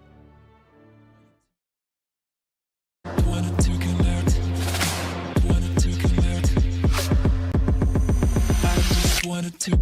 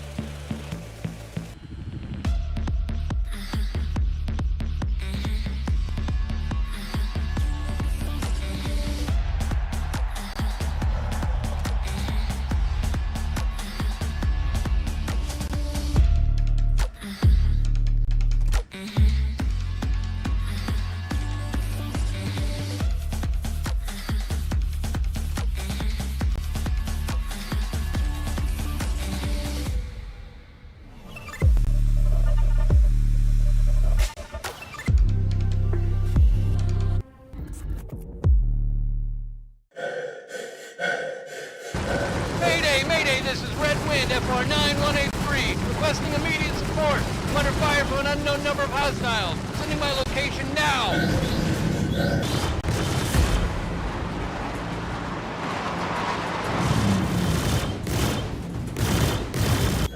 HQ, strike team. Contract assigned. HQ, strike team, roger. Proceeding to target. Red Wind, Foxtrot, Romeo, 9-1-8-3, Walker strike team on site for assistance.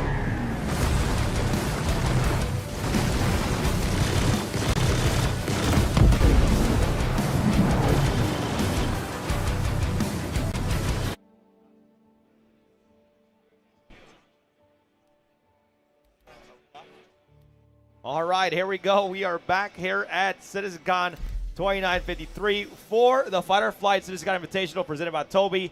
Love having everything here. We are going to be going into our match number 2 here. It's going to be Straight Outta Kessler versus Corsair Coors. So we got Straight Outta Kessler, who is up 1-0 versus Corsair Coors. Let's get a little bit of predictions going. You guys know I like predictions. Who you think is going to take up this next matchup here? We'll start off with you, Meyer. Well, I mean, we had a very interesting matchup just before. We had G.I.Ju and the Astropub again versus Shuang and Gabs. And we had a crazy 1v2 with Shuang and the other two. And Shuang came up on top. However, you know, like, I'm looking forward to seeing how G.I. and the Astropub do retaliate this time around. You know, like, again, G.I. is a great pilot. And, yeah, like, I think we had maybe 1 or 2 little hurdles before. But yeah, I think they'll be able to pull something out, something different, especially if they've changed their ships here.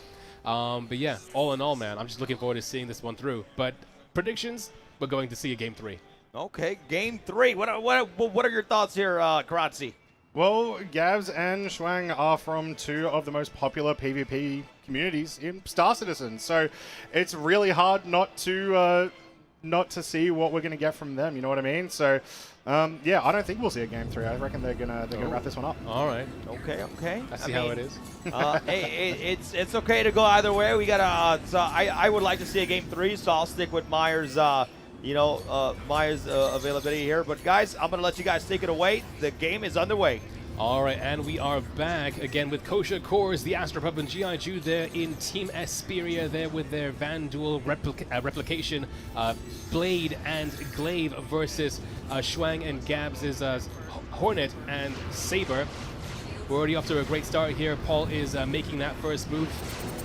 Yeah, once again, something that we get from those awesome player cameras, we get to see sort of the communication between the teammates there. I saw Shuang given a ton of information. Huge damage there. Down goes Astropub. That's right, Paul getting taken out early in the game there by Shuang, who's now moved on to G.I.Ju. Gabs is also still on it there, pulling away. She's gotten a lot of, I guess, attention here from G.I. as well, so she has been having to make some corkscrews here, get out of the way, not get shot. In this kind of environment now, it's all about kiting. You know, like G.I. is against 2 guys. G.I. has to try and take one out. If Shuang and Gabs are able to stay together, 2v1 like this, G.I. is going to have a very hard time pulling this off, Kronzi, I think.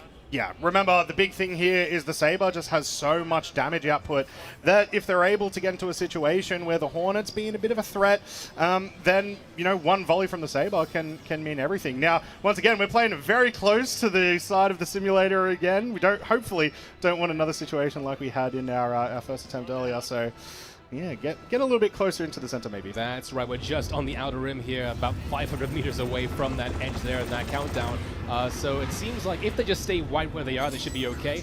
And right now it does seem as if, well, let's have a look and see at their power management and such like that. It looks like Gabs has low fuel, low boost, but right now all competitors seem to have all their shields up, and it looks like we haven't had a proper committed pass just yet, Kronzi.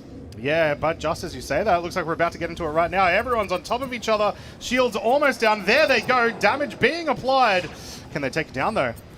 Well, it looks like GI now has damage coming in from both angles. They're going to have to pull away if they want to get out of there alive. You can see from the bottom right there that the shields are just coming back up there. They were able to just pull away just before they got some of the serious damage there from that Saber.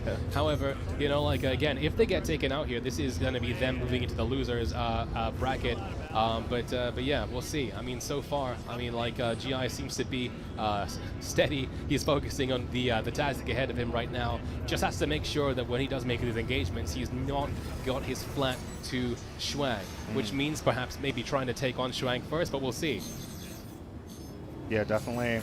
Looks like we're coming in for another pass now. Can they do the same thing as before? They were able to get the shields down pretty quickly, but GI is being a bit slippery, a bit hard to track here.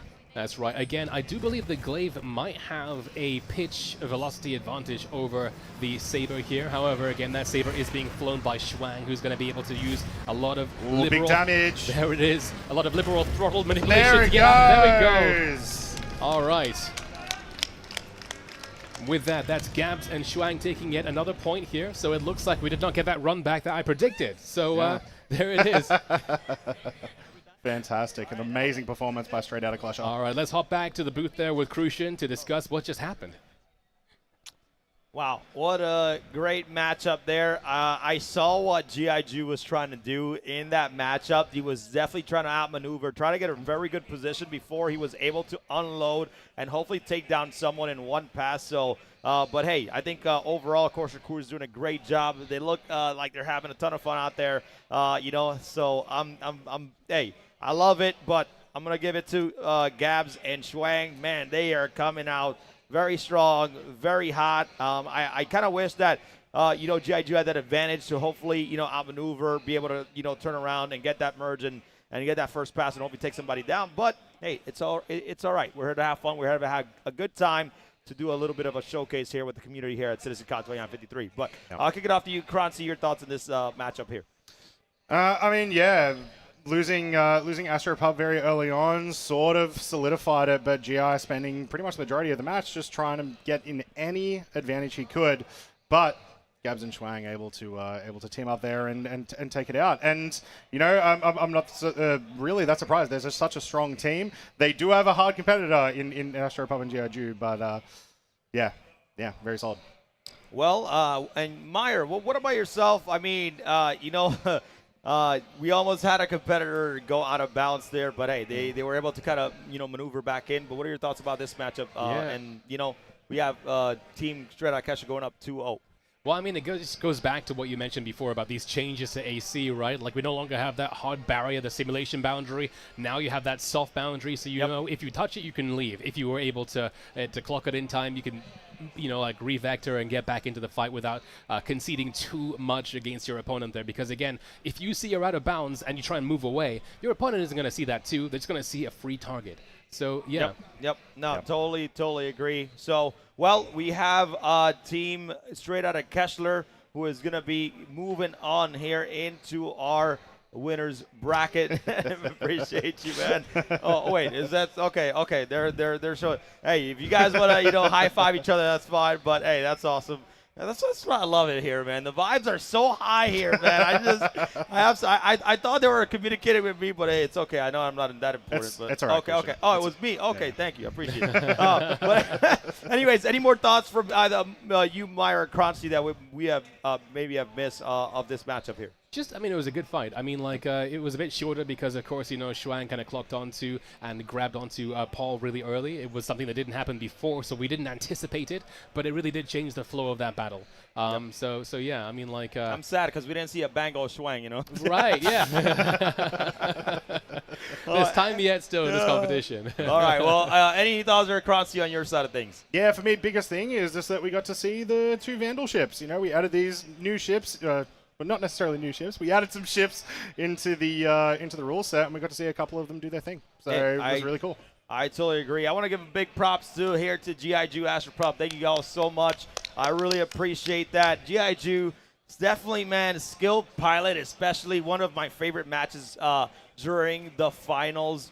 No, it was actually the group stage. They actually, you know, took out Liberty Reapers Red, one of their top teams, and the way that GIG maneuvers that arrow is godlike. That's the word for it. I'm not going to say anything less.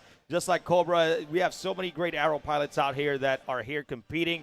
But I love to see the change up a little bit. Change up is great so far. Love how things are going. And, yeah, I'm looking forward to this next matchup. And, again, let's look at, we talked a little bit about the next matchup, Green Serpents versus unconventional. So it's going to be, you know, Verity and Cobra versus Detox and Floormat. And Floormat, one of the, again, best keyboard and mouse pilot said I've ever seen, getting second place in the Fight or Flight finals. So, you know, I'm looking forward to that one big time. Yeah. Yeah, it should be a good one. Hopefully Detox has his tea beforehand and can use that to get maybe a bit of a performance upgrade. That's a thing, right? I don't know many things about UK people. I mean, I know you said something about having culture shock here in LA. What's the biggest culture shock that you've experienced in LA compared to where you're from in Australia, Kranzi? Yeah, honestly, it's been the food. It's been so strange. We have like similar types of food and stuff in Australia, and we are very multicultural, but everything is still just weirdly different. It's really hard to describe. You know, we went out to Japanese the other night with the Atmo crew and everything, and Korean barbecue. Well, I didn't go to the Korean barbecue. Just the sushi. Just the sushi. Okay. And I had like a pineapple-flavored sake, and I've never seen that in my life. Hey, I always got to try something new. How about you, Meyer? Well, what are the biggest culture? I mean, you've been in the U.S. before, but anything that really stands out to you in L.A. that's just different from the U.K.? So I went to have dinner, and I ordered some chips, and I got crisps. So that was my evening. Okay. Yeah. Okay. Yep. All right. Well, and it ruined the evening too. It destroyed it. Well, I mean, we're going to start getting things going a little bit quicker here. We're going to get our next matchup once again. We got Green Serpents versus Unconventional, and it's been a great day here so far. We're going to be right back to get the next team ready to go, and look at that. We got Mr. Detox himself, and, you know, I just love seeing these folks out here ready to compete. So another big shout out to our volunteers and staff who really are putting the work to get this entire show underway. But yeah, I'm super happy, man. Super happy. Yeah, definitely. It should be a lot faster. We've gotten some things fixed now, so it's nice. Yeah. Well, also around 6 p.m., I believe we're going to be doing some giveaways and stuff once the main live stream ends and everybody, you know, moves on over to Hall B. We're going to be doing some giveaways. So we're going to be giving away some Tobii Eye Tracker 5s. Oh, wow, okay. I want to talk a little bit about the Tobii Eye Tracker 5, you know, and how it really brings that immersion and next level. Look, I'm going to be honest with you guys, okay? Playing StarCitizen with mouse and keyboard was all fun and games, but when you get a dual sticks, when you get a Tobii Eye Tracker 5, when you get an eye tracker, all right, when you get all this stuff going, it's a different experience. It's like you're playing a completely different game, and just like they said, they're doing a CitizenCon promo code. If you guys want to get that at 20% off, get your Tobii Eye Tracker 5 for a limited time. Scan the QR code, or if you're at home, just click the link down below. You'll be good. But let's talk a little bit about Tobii Eye Tracker 5. I know some of you use it, and then give me a little bit of your experience and how immersive it makes StarCitizen overall for you, Kranzi. Oh, fantastically. It's such a different experience. You can use it to target missiles when they're not, you know, directly in front of you. It's fantastic for when you're doing racing and you're flying this way, but you need to look that way. Yep. That sort of thing. It's absolutely fantastic. So yeah, use it all the time. And a lot of our competitors do as well. So it's awesome to see them put it on display for us today. Yep. Meyer, how about you? How about your experience with the Tobii Eye Tracker 5? So the Tobii Eye Tracker has one function. I mean, it has many functions, right? But it has one function that has changed the game for me, and I really cannot play SC without it, and that's the gaze-based tracking. Yes. Yep. And that's, you look at something, and then it highlights the target. It doesn't select them, it doesn't alarm them, it highlights them. You can see their name, and it lights up. You then press the button, you target them. You look at somebody else, you can like pick out different targets within a group of like targets, and really, it's changed the game. You don't have to like cycle targets anymore and that kind of thing, and it's just one of the best features. Also with things like, you know, obviously I do a lot of RP stuff, so like being able to like do head tracking and also like leaning and body tracking to some degree with your head is just really, really cool. Like, yeah, like Tobii Eye Tracker, everybody. Appreciate that, Meyer. Available now at your local Available Walmart. now. I don't know what sells Walmart? things here. Come on, man. I don't know. No, go to their website. Yes, No. website. That makes sense. Walmart, come on, man. I'm not from here. By the way, I just a lot of people don't know this. Like, It yes, shows, buddy, it shows. Tobii is in the gaming, but they've actually started doing a lot of health equipment. So they do some very high level stuff, and you know, they're helping even the health industry out there. So, you know, they're just not doing gaming. So, again, shout out to Tobii for not only, you know, being here and providing all of Pyro PCs, and hopefully we get to play that soon. But anyway, so shout out to all the Pyro PCs. But yeah, go to the Pyro Playground. Check out Tobii if you haven't yet. It is absolutely incredible. You don't have to stick anything in your head or anything like that. You should be good for free, for free gazing, but we should be fun. So anyways, we're going to take another quick break because we're getting the next competitor set up. Again, we have Green Serpents versus Team Unconventional. I'm excited for that one. But before we come back, we're going to take a quick break. So thank you all so much once again for being here with us at CitizenCon 2953. We will be right back.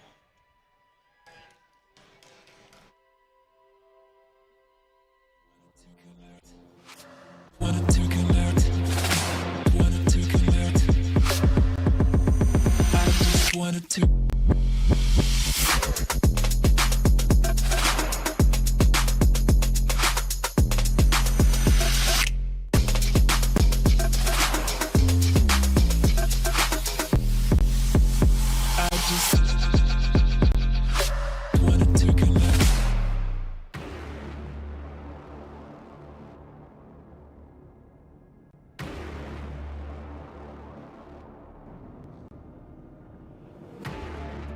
tensions building all around, you can feel it in the air.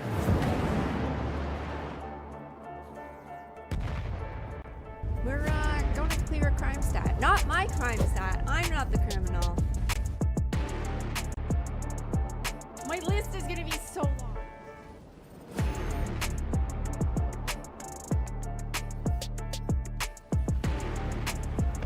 Buena. Better get ready. Shock the world. Shock the world.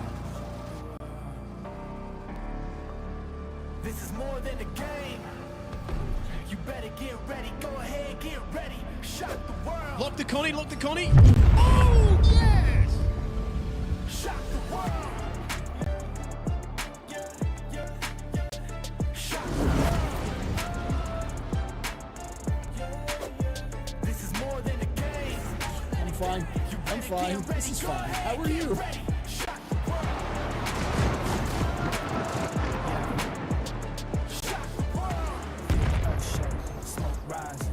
Walking through the flames, our reality became unchained, like the jaws of a lion that can't be tamed. Welcome to the future, everything new, walking on the edge. It's nothing that you're used to. Only the strong survive. You better catch your breath. Oh man, they ain't ready for it. This is something that they can't ignore. Coming down like a meteor. This is more than a game. You better get ready. Shock the world. Got him. Shock the world. This is more than a game. You better get ready. Go ahead, get ready. Shock the world. Yeah. Shock the world.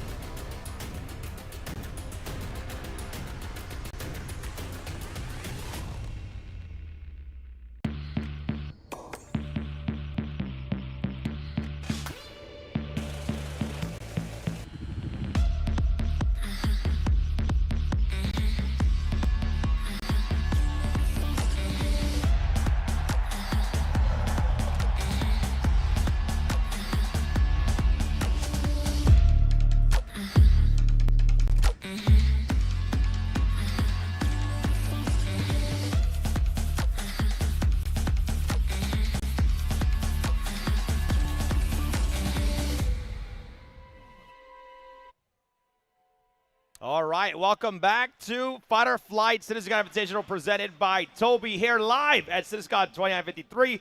We have our next matchup coming up here very, very soon. As you can see, we have Green Serpents on our left here, stage left. Or sorry, if you're looking at it, stage that right way. where we have stage that way. Where we have we're gonna have Verity and Cobra here ready to roll, and then on our stage left, right? Yeah. Over there. Cool. Yeah. Okay, I got it. Confused. But we have Detox, and we have the incredible. Sorry, brain fart a little bit. We got Floor Mat, who's going to be running mouse and keyboard. Is going to be a good one. But this is interesting, guys. Let's talk about this for a second, okay? We have Cobra, who uses a left-hand stick and a mouse, and then you have Floor Mat, who uses full mouse and keyboard. So I think, I don't know, man, but I think this is gonna be a great matchup between these teams. I think Verity has been practicing. She looks ready. She looks ready to roll. There we go. She looks ready. But guys, give me your thoughts about this matchup. I know we talked about it earlier, but one more time, what are your thoughts on this matchup? Who you guys got? Damn, that's actually a really, really hard one because Detox, once again, I just sort of met like this last couple of days, and he's a good dude. Oh, but softy. But I'm just kidding. You've got to respect Cobra's flying style. Oh, yeah. You have to. Anyone who flies like that clearly is impossible to beat. Okay. Yeah. Okay. Yeah. So I'm going to go Green Serpents for this one. Green Serpents. All right. What about you, Meyer? Well, I mean, this is a tour de force of goofy playstyles. Every single person here has a different kind of format going. You know, this really kind of brings home that whole thing about controller parity with CIG. We have Verity there with the dual sticks. We got Comet there with the left stick and the mouse. We've got the Floor Mat there with the keyboard and mouse. We've got Detox there with an Omni throttle and a stick there. Everybody's going a little bit differently here, but yeah, I mean, I mean, they're all looking at me like maybe perhaps. I'll go with Green Serpents just because. Come on. We got Detox. The hometown pride. Listen. No, he's like, listen. he's like, I shared an entire flight with you, and you're going against me? Oh, man. There is method to my madness here, and that's because. He's like, I'm gonna get you in the room. Exactly. All right, go ahead. Sorry, Meyer. No, I mean, there's method to my madness because now he's upset, right? He's gonna show me I'm wrong. So that's how we do it. That's how we do it. So you give him that quantum fuel he needs. Exactly. That Ultima energy he needs That's to right. go ahead and hopefully come out with the win Stiff on top. upper man. lip is all I'm saying. Okay. Hey, All should be good. Yeah. But teams are looking ready. But hey, I'm loving what I'm seeing here right now. We're seeing a Hornet and a Glaive versus a Hornet and a Talon, baby. Hey, we're going to get this Talon out here. I love their Spirit Talon, one of my favorite ships. One of the best looking ships to me in the game outside of the FE Lightning because that thing is beautiful. Okay. But, how do you think this is going to play out, in this matchup? It's going to be really interesting. Once again, we got the Hornet. Hornet's been the mainstay over the course of the last couple of months. But, yeah, adding something a little bit spicy to the mix. I like it. I like seeing where it's going to go. But we got a Glaive. Yeah, that's what I'm saying. Yeah, I love seeing it. And it's Cobra actually using that Glaive and then Very in that Hornet. And then you see Detox using the Hornet while Floor Mat coming in strong. I mean, Floor Mat got that talent. I'm very excited to see it because I know Floor Mat and Gimmick, shouts to Gimmick, man. He couldn't make it out. He's also from Australia. They did a fantastic job in the Fight or Flight finals, coming in second place right behind Shadow Moses. But, I want to give a big love and shouts to Gimmick because he couldn't make it here. But we're going to take care of him, send him some stuff here from CitizenCon 2953 and make sure that he gets that experience that we're all getting here, at the LA Convention Center. But, hey, nice to see Floor Mat, using that Talon, and then it's going to be a great matchup. Man. I'm excited for this. I think I don't know if I can pick, but you know what? I'm gonna go with my man Detox over here. Right. But just to avoid the 3-0. I'll go with they're already up 2-0. I can't give him the 3-0 already, man. With the predictions, but. Yeah, so it's going to be a fantastic one, man. I'm looking for right now they're just doing a little bit of practice. And things are going well here. Once they get their keybinds ready to roll, we're going to get this matchup underway and started. I'm excited. I hope that you guys that have been watching here in person have been really enjoying the event. I hope you guys are enjoying, Myers casting, Croncy doing a great job. I'm sorry. Again? Every time. He That forgets tattoo's constantly. going to read something completely different. No, he's like, no, don't look at it. It's smudge. It looks like sludge right now. It's It'll look good tomorrow. Hey, I can show so tomorrow. can you, for the viewers out there or the Yeah, people that may not know here, what happened that you ended up getting a Banu tattoo, right? So tell us a little about that story, Kranzi. Yeah, so I made a terrible mistake. As we all do. No, you know, we had known that CitizenCon was going to happen around like this period of time in the year. Okay. Really, really early this year. And I said to my stream, I was like, look, I really want to go, but it's Australia to the US, so it's very expensive. If I am able to go for any reason, I'll get the tattoo, and we started like a little fund and stuff. Didn't make the fund, still came to CitizenCon. So I said, you know what, we're going to do it anyway. So on Thursday, got my Banu tattoo, still healing a little bit, so I'll show you guys tomorrow. After I take the bandage off, it should look really crispy. But yeah, it's the Banu logo, the Banu logo. And did people had a vote on your stream or your community in order to get that? I almost had to get the Drake. Oh, no. Hey, who loves Drake in here? Show me some hands. Who loves Drake? Oh, we got some people loving Drake. Can we get those? Can we get security? Get those guys. Hey, I mean, so why not the Drake logo though? Oh, it would look terrible.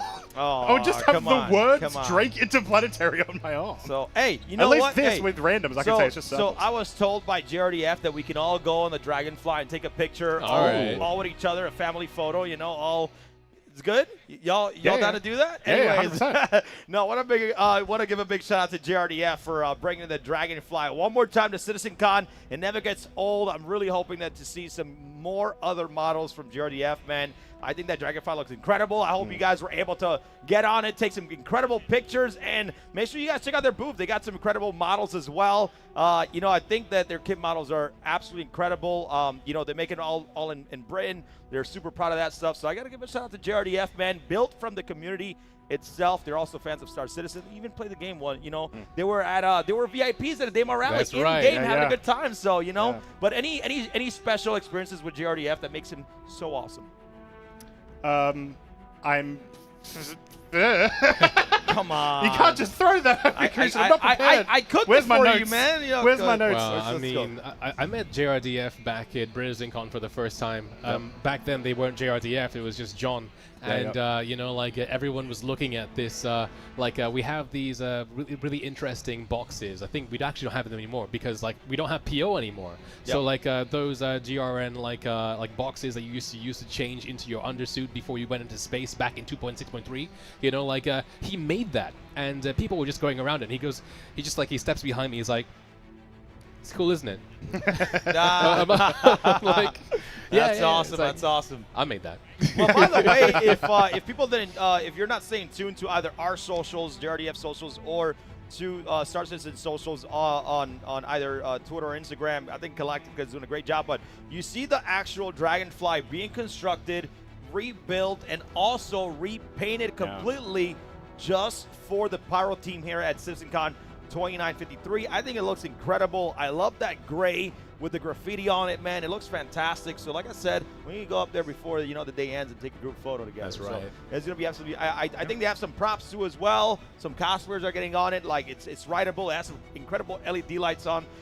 And the backdrop looks incredible.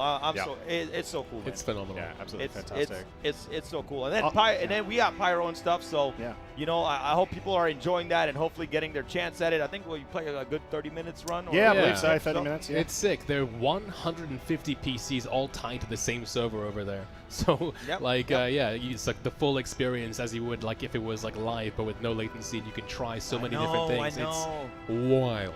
You should check it out. And dare I say, for anyone who hasn't gone there yet, just look up a mission called Fuel to the Fire. That's all I'm saying. Okay. You might want to requeue. Cool. You know, you might want to requeue. That's all. Yeah. All right. Well, I hope everybody in the crowd is really enjoying CitizenCon this year. I know we haven't been together for 4 years, so I'm just happy to see so many great faces. I've met so many great people as well. So hey, don't be scared to go up to your favorite people, talk about your favorite ship. That's usually the greatest icebreaker. It's like, yo, Meyer, what's your favorite ship? Released or not released? Let's say currently out right now. Currently out right now, I would have to say the PyCCR. Okay. Ooh. Very, very special. Very good one, too. Okay. That's a medical rescue one? That's right, yeah. Perfect. What about you, Mr. Kranze? The mole. Come on, Will always be the mole.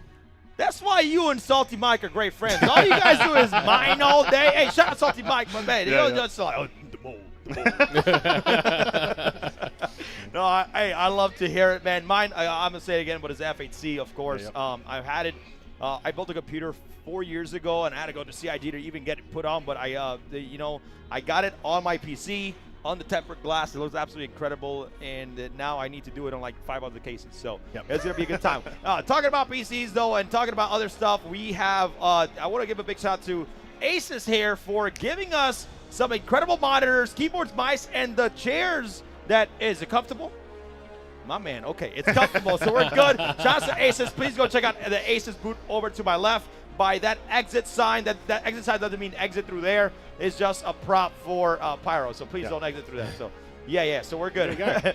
We're good. Let's see if we get these matches started here soon. Ladies and gentlemen, one more time, we got Green Serpents versus Team Unconventional. Oh, man, we got the Roman camera there. Look at that Asus PC. Hey, say hi. Say hi, Asus. Say hi to the camera. You guys, there we go. Hey, let's go, baby. Say hi. Okay, that's what I'm talking. That's the energy I need in this house, okay? That's the energy I need in this house, man. So, anyways, we had a quick break there. Were you guys able to catch anything in the show that you've heard that you guys can share with us that made you a little bit excited, giggly, emotional? Tell me. Yeah, we had a chance. So we've got the display up there. We had a chance to just like run over there, have a look a little bit, and there's some cool UI updates coming. Oh, I love UI updates. Couldn't hear what they were talking about, so I'm gonna have to watch the presentations after this. But I was looking at maps, and they looked fantastic. Oh, okay. Anything? How about you, Meyer? I mean, it's been a long time coming. I mean, we finally got to see, like bits of what Zane and their team have been putting together for the past few years now. Because of course we have building blocks and all that. We've been having to wait, and now we can see what it is, and it's looking pretty promising, man.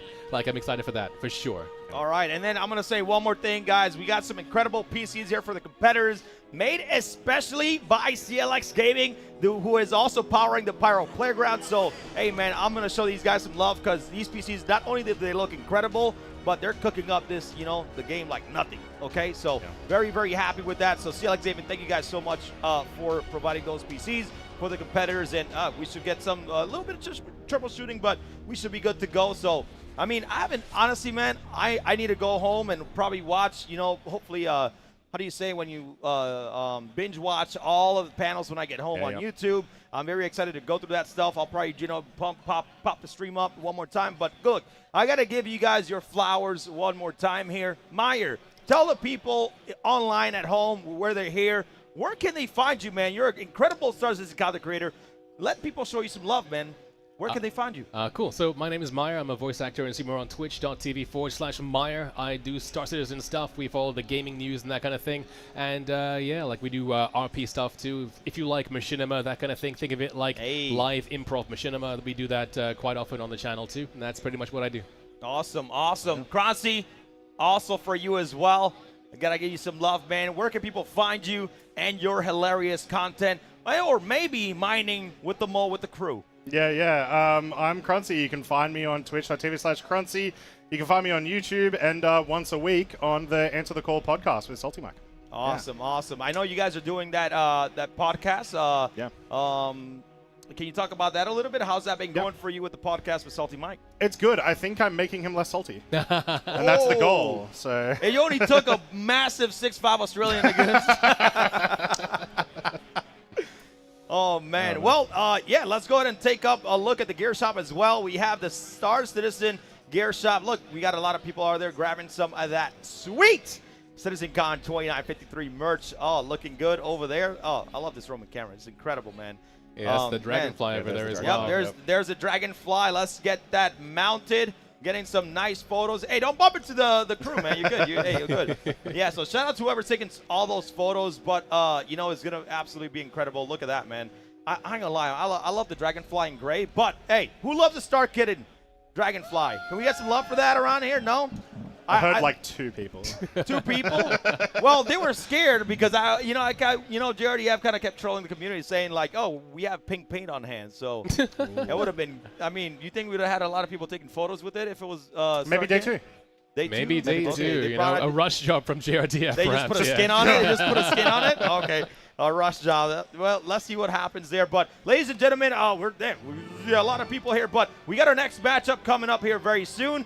We have Team Green Serpent, which is going to be Team Verity, and we got Cobra from Shadow Moses, and then we have to our right here, my right, not your right, okay? We have Team Unconventional, where we have the Detox and my man Floor Mat, the greatest, the king of the mouse and keyboard. Not the king of the pirates, that's One Piece, but the king of the mouse and keyboard, okay? So, anyways, we are almost getting started here. We're just getting a little bit of the stick fix, but I'm having a great time. And once again, guys, if you guys don't know who we are, we're Atmo Esports. We're right behind you. Go talk to the crew over there. We have been running events at StarCitizen for about 6 years now, and we do all kinds of events. You know, Meyer, let's talk a little bit about the Daymar Rally and your experience. I know you've participated in it before, but can you tell the community out here, like, what's your experience in the Daymar Rally? How massive it been? Has it impacted you in any way with your content, you know, in StarCitizen? Tell us a little bit about that. So, for those that don't know, the Daymar Rally is the filthiest race in the verse. It's where Atmo Esports got its start. You know, like it was a race like the Dakar Rally going through Daymar, and it's just a long, what can I say, just exhibition race. And it's been a lot of fun. I got to participate in that myself. And yeah, I mean, over the years, we've seen the game evolve, you know, like to accommodate that whole a ground vehicle gameplay and stuff. And yeah, I mean, like, has it affected me? I mean, like, I did compete that one time, and that was a really cool event. I mean, like, I'm looking forward to seeing how, you know, as we get more engineering gameplay, we can start to get people coming in, you know, replacing wheels, that kind of stuff, you know, like, and really making it feel more of, and like, you know, already it's amazing. Like, several servers running in tandem and that kind of stuff. You know, like, I'm looking forward with server meshing, which we just saw, to have an even bigger race and stuff at the Daymar Rally. Like, it's just really cool. You can sign up over there. There's, like, a rule book and stuff you can check out, too, for the Daymar Rally over in the back. And, yeah, I mean, just check it out. It's crazy. Well, my next point here is that the way that Kroncy came to be commentated with us is that he competed in the Stanton 7. That's right. Which is now the System 7, and that is our F1 style racing event here in StarCitizen. And Kroncy, you know, like, you did a really great job, you know, Cyclone being RC, one of your favorite ground vehicles. But tell us about the experience of when you first was able to get into Atmo event, and how do you feel about it? Like, how did it change the aspect of how much you can do in StarCitizen? Yeah, it was super cool to know that there was like this really professionally done like PU event. It was super awesome to get into. I saw that the qualifiers were coming up. I decided to give the track a go. On my first attempt, I was like in the top 3, so I was like, all right, well, I can grind this and I might be able to qualify. I did, and then proceeded to lose every single race. But hey, the qualifiers are the ones that matter, right? But yeah, and then fell in love with it. Absolutely obsessed. All right, let's see if we can get this Arena Commander server launch and we can get this match underway. Once again, you know, two incredible, great teams, and we have so many teams here today that is competing in this Flight CitizenCon Invitational presented by Tobii. And also, here after the right around after this match, we're going to do a giveaway here for a Tobii Eye Tracker 5. So, yeah, that's me telling you to stick around. Pretty much. So, so here we go. I think it's no, it's not launch. Okay, but you know, I think it's been a great day so far. We got some matches to recap a little bit here. We had Team Straight Outta Kessler going up 2-0 versus Team Kosher Coors, who was here earlier today with Astro Pub and G.I. Jew, and I think I think everybody's just having a great time, having fun, and that's what it's all about. So. You know, just doing great overall. Yeah, I mean, big thanks to CIG again for putting together like this whole thing for us as well. Like, you know, the clients to run this, doing it through as well. You know, like this tech is still in this infancy right here, and you know, like with the private lobbies and everything else, especially like a LAN environment, it's really cool to like just be able to get it and be able to use it and show it and like, show the community at large. You know, like what SC dogfighting is all about. Yep, I totally agree. Kroncy, any community you want to shout out while we have everybody here out there? Any special people? Yeah, definitely want to shout out ANZIA Alliance. We sort of saw what Atmo were doing, and we were like, well, Australia can do that too, I swear. And so we started doing some more ship flight type of events. So shout out to Echo Bit, Gentleman Jez, and the crew. You guys are absolute legends. Okay. But, you know, man, it's been a tough few days with setup and everything, and I hope everybody's been keeping up with our my and Corsair's cameos on X has been so fun being here in LA, getting ice cream, enjoying some time with the team. Actually, even though we've been together for 6 years, it's the first time we've actually had the team in an entire room, which has been absolutely phenomenal. So I think we got I think Test Squadron. Yeah, I mean, yeah, we had Test Squadron on the camera a second from the roaming camera there, and yeah, that's an org that I've been a part of for years now. Every single CitCon, they've been there to represent, to show, to fly the yellow. You know, like. Yeah, let's have a look at their booth right there, and yeah, there's Test Squadron right there. Test Squadron! Hey, well, what they talking about? Let's get some audio. What they talking about? Can we hear them? No, I don't think so. No. He just giving a thumbs up. Hey, they're just having a good time chatting with the community, just like all of us. So that's absolutely phenomenal. I see some goodie bags back there. You should speak to them. They got them. They're just like giving away like free stuff. So yeah, like Test Squadron, Best Squadron. Hey, I mean that's another special thing, right? Having this entire hall be some incredible community booths. You know, I got to give them a shout out because everybody's been here Friday working hard to find some type of way to make their own org stand out. And I really hope that if you have that org that you guys are really a big part of, we got some strong, heavy orgs in StarCitizen, man. Come out to the next CitizenCon and make your org stand out, because that's what it's all about here with this community, man. So I'm very, very excited to see this entire thing come together. It looks beautiful. I'm happy. Yeah, looks great. So, That's great. I believe we're ready to go. Oh, From what I can tell, yeah, it looks like we're ready to go. So we've finally got another round. All right. Let's go. We've got Unconventional and Green Serpents. All right, well, let's get it going here. Myself and you, Kranzi, you ready to break this match down? Yeah, let's do it. All right, well, go ahead and let's take it away. We got that Cobra top right, Verdi bottom right, and then we have Team Unconventional, the legendary Detox on that top left, and floor mat. As you guys can see the nameplates. Up there, but hey, we have some great matches up. You see Cobra in that Esperia glaive, and then you see Verity in the F-17 Hornet, and it's very excited to see. And then you got Detox. Detox is going to be in that Hornet as well. And then you got Floor Mat being in one of my favorite ships in the game, best looking, nice and green, the Esperia Talon. So I believe the matches are already started. Yep. We're getting here underway, and as you can see, you guys will be able to see exactly where they're looking with that Tobii Eye Tracker 5. But Kranzi, I'll let you take the first pass. Take it away.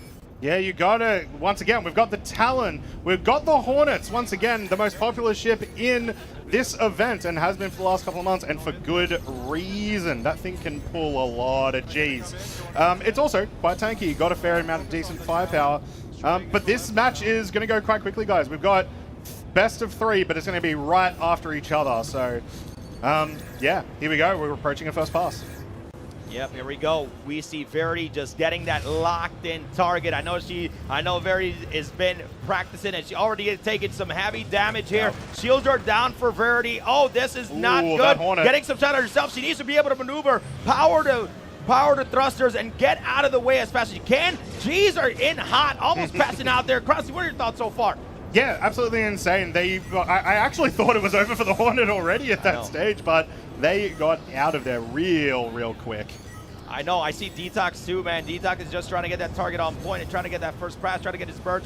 Right now, Detox in that Hornet. Can he get it? Oh, he is getting outmaneuvered here, man. He needs to be able to get on target here. And then you see Floor Mat doing a great job of trying to get in position. Again, Floor Mat, a mouse and keyboard player, playing some high-level competition, getting some shots out right now onto Cobra in that glaive, getting some shots. Tri-cording very hard, doing that power management. Not doing well. Oh, and unload. There goes that glaive. Cobra's down, and it's up to Verity. Not down. He's Just not down. Okay, good. sorry. I got excited here really quickly, but go ahead. Take it easy, Kranzi.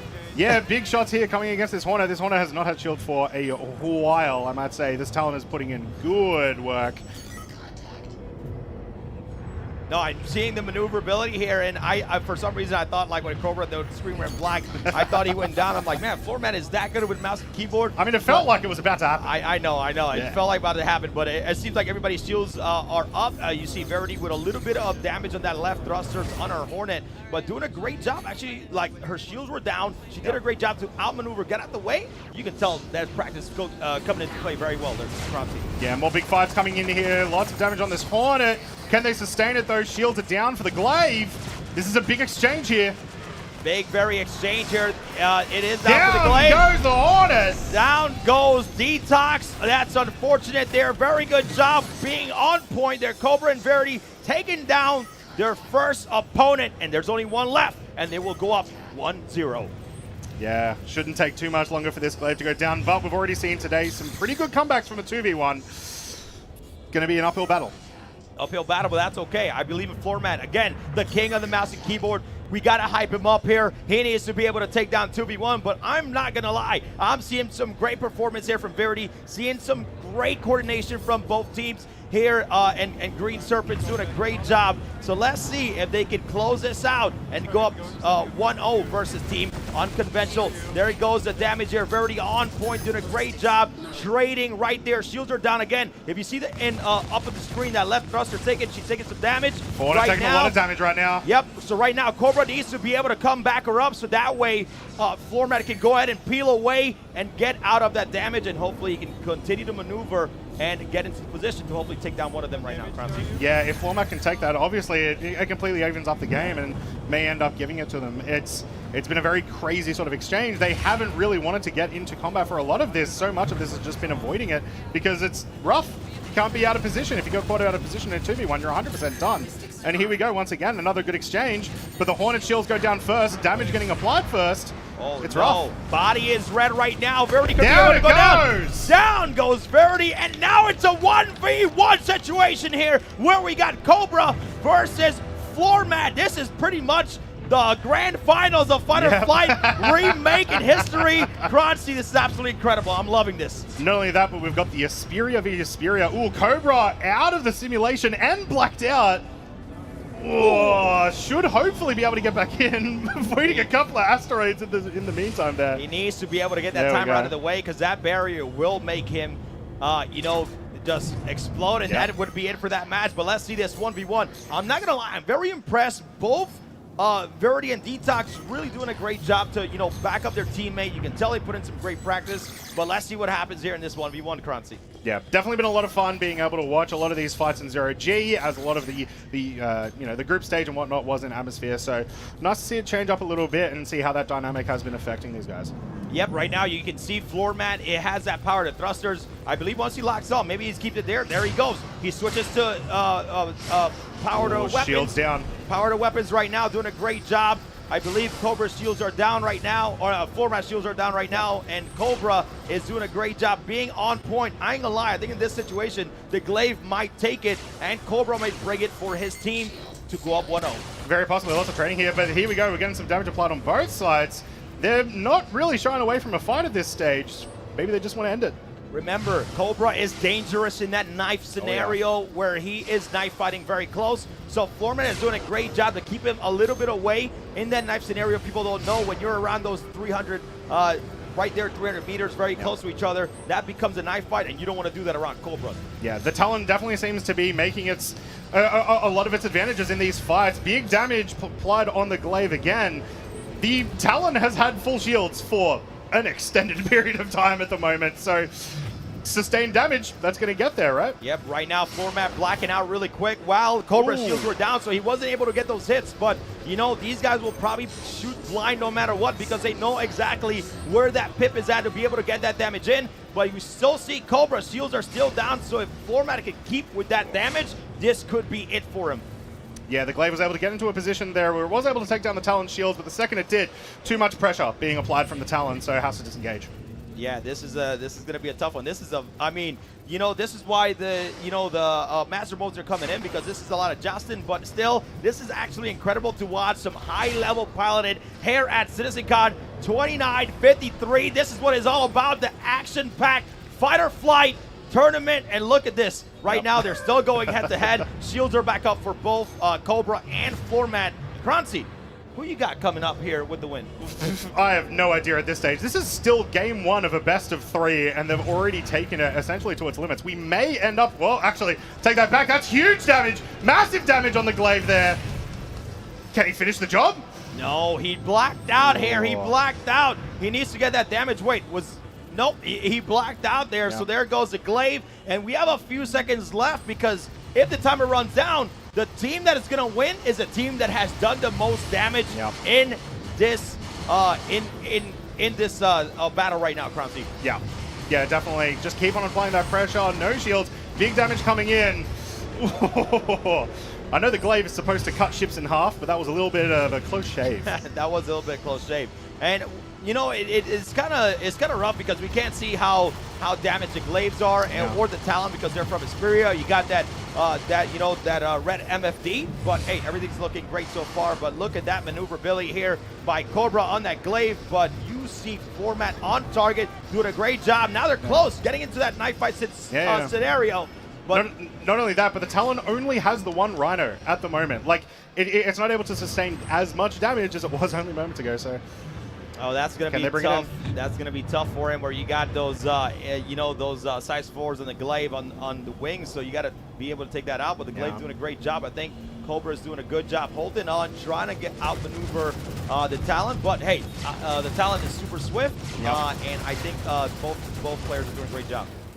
Yeah, still getting into these really, really deadly fights, and the Talon seems to be winning. And there we go, ladies and gentlemen. Well done, Floor Mat. Floor Mat taking that win for Team Unconventional. Wow, what a matchup. And I believe we're going to be going right into the next one. But, man, that was an incredible match right there. That's tough. That's tough. There was a very real possibility that we were going to get to the end time, you know? That is, yep. I mean, I'm super excited here. We're gonna go jump right into this next matchup. But hey, man, gotta give it. That was a great fight. I mean, you know, like I want to continue to talk about like how these competitors are not at home, you know, in that environment that they're mostly comfortable. But let's jump in with Meyer. Get back to the desk and jump in with Meyer real quick, so that way we can get Meyer's opinion on this match. All right, it looks like Game 2 is already underway though, Crucian, as they moved in. But I mean, to quickly just chime in, that was a great first round there. Floor Mat there taking out Cobra at the very end. It looked like, I mean, we're going to have to call that a technique or something when Cobra had to leave to get back into the simulation, and Floor Mat had to basically, Floor Mat went first. And so he had Cobra coming in on him, and he was able to get a lot of damage onto his hull. But anyway, I'll leave it back to you guys, and I'll take the next game. All right, sounds good, Kranzi. Let's give a breakdown of what's going on right now, going straight into game number 2. Yeah, so we can already see, you know, try to focus the glaive this time. Maybe it's a bit more of a priority in this game number 2. We saw the Hornets go down pretty quickly in the first one. Huge exchange there. Every single time, this Talon and this glaive, it's always shields down, get out. Yep, I think both teams, you know, they're able to communicate right now with each other with the headsets. So, I mean, you know, hopefully this strategy can change. But let's see what happens here. Can Team Green Serpents able to come out on top and tie this 1-1 to push on to Game 3, Crunchy? Ooh, big damage on the glaive right now. That Talon is not taking anything.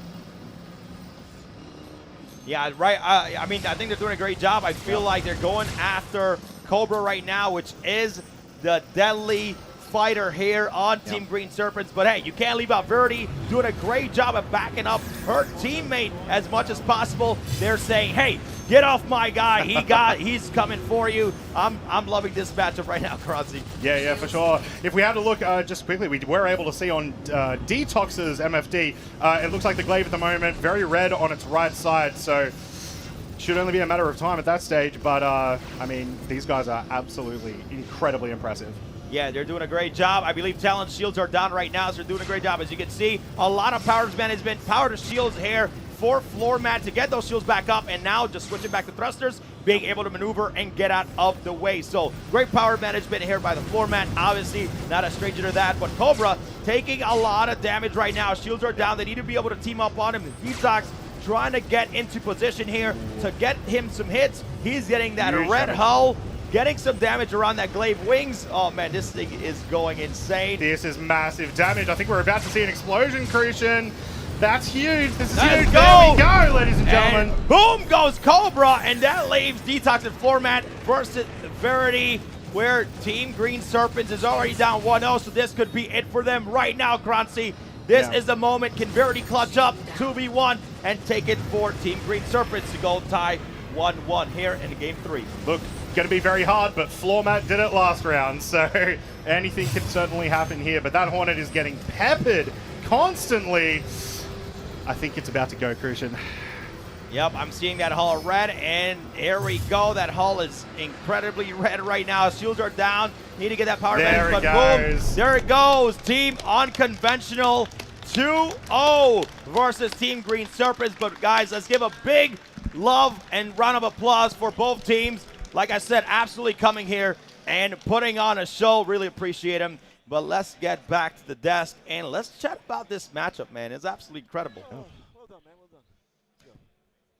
done. Man, Meyer, I'll throw it to you. But man, what a matchup there. Obviously, match 2 lasted a bit shorter there. But what are your thoughts about, the first match where it was pretty much that 1v1 at that point? Yeah, I mean, like, Floor Mat showed us some really cool flight there with the Talon. We had the fight kind of go towards the rim of the simulation for a tiny bit there. Yeah. And I think that kind of, it didn't necessarily go in anybody's favor, but I think Floor Mat did get the advantage because the second that happened, they actually pulled away and went back to the center. And then as they did, they turned around and they started opening fire at the incoming vehicle. And that kind of helped them out a lot because, it was 2v1 at the time. And so they kind of needed all the help that they could get at that point. It really served to really give them that advantage. Yep.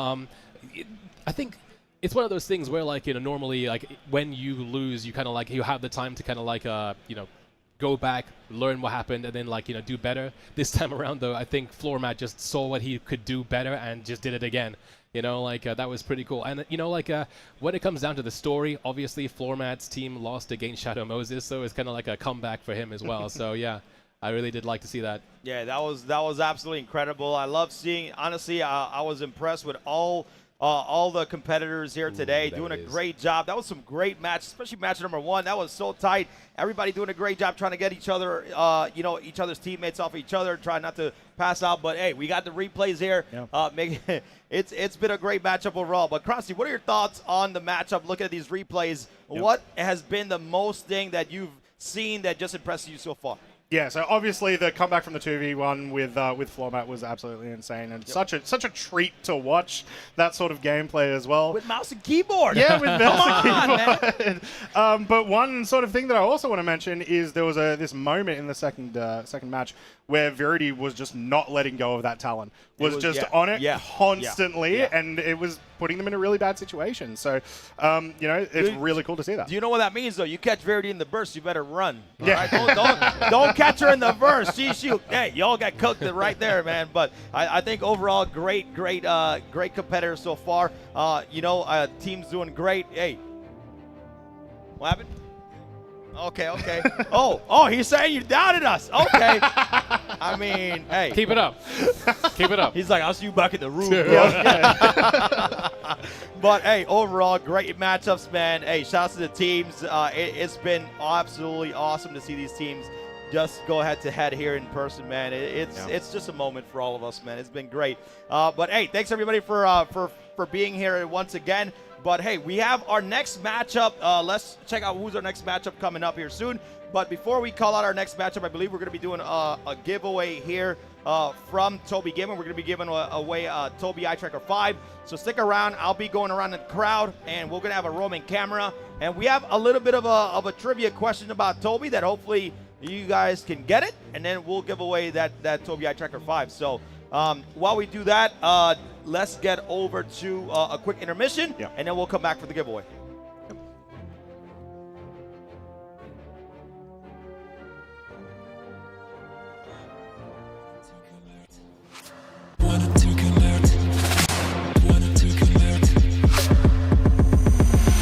Wanted to.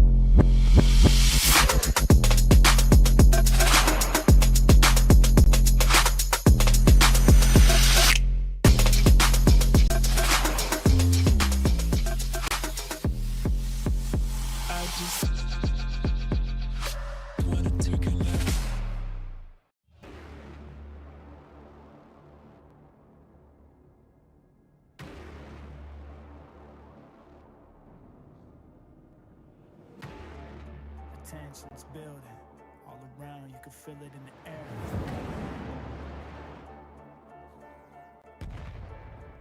We're going to clear a crime stat. Not my crime stat. I'm not the criminal. My list is going to be so long.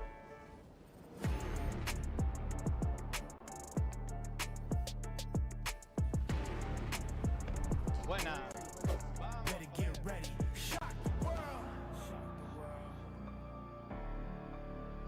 Shock the world. This is more than a game. You better get ready. Go ahead, get ready. Shock the world. Lock the Connie, lock the Connie. Oh, yes! Shock the world. Shock the world. This is more than a game. I'm fine. I'm fine. This is fine. How are you? Shock the world. Shock the world. Smoke rising, walking through the flames. Our reality became unchained, like the jaws of a lion that can't be tamed. Welcome to the future.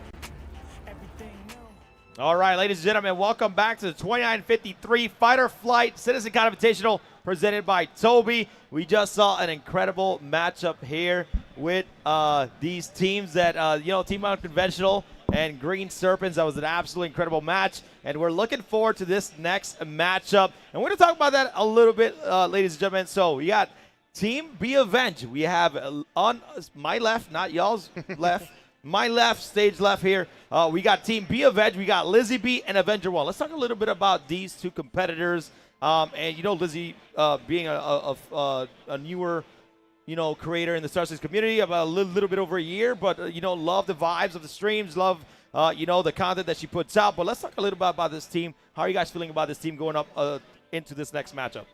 Well, we're in a PvP tournament, and Avenger 1 makes probably the most watched PvP YouTube videos. So, okay. I mean, there's certainly an authority there for sure. One of the biggest things is I've been watching just how much Lizzie B's been practicing for the event, and it's so dedicated. So, yeah, huge team, scary team. All right. Well, I mean, that team, I think they're looking good too. I know they do a lot of great job at practicing, but Meyer, tell me a little bit about this team. How are you feeling about them? Well, I mean, again, Avenger 1 is one of our only creators who actually went through the, the league to get here in the first place through the road to CitizenCon. So, and they placed, I believe, 3rd as well. So, they have fought to be here. So, when it comes down to it, no offense to Bognagas, I don't know them, but, I do feel like the cards may be stacked. So, my apologies to you and your mustache, but yeah. Well, that's awesome. Well, we got to my right here, we got Team Space Dads. Wait, hold on. Give me a second. Wait. Give me one. Hey, Comment, are you a dad? My man. Okay, Team Space Dad. We got Bognagas and Comment 15 from Shadow Moses. Bognagas is doing some incredible content as well for StarCitizen. But I want to get a little bit crowd reaction. Who is cheering on Team Space Dads? Come on, I need more energy than that, ladies and gentlemen. Come on, I need more energy. All right, who is rooting for Team Be Avenged? Space Dads! I love it. No, this is going to be great. I'm loving it right now. Teams are practicing. It seems like we're going to see some interesting ships. So we see Comet 15 in that Asperia Blade, and then you're going to see Bognagas in that tanky F7C Hornet. Yep. What do you think about this combination? We'll start off with you, Croncy. What's up? Yeah, once again, Hornet's consistent. It's going to be a big part of a lot of your game plan with pretty much every team that's here. The Blade. Interesting. Yes. Very interesting. We've been seeing people pair a lot of these new ships that we've unlocked essentially for this event with the Hornet.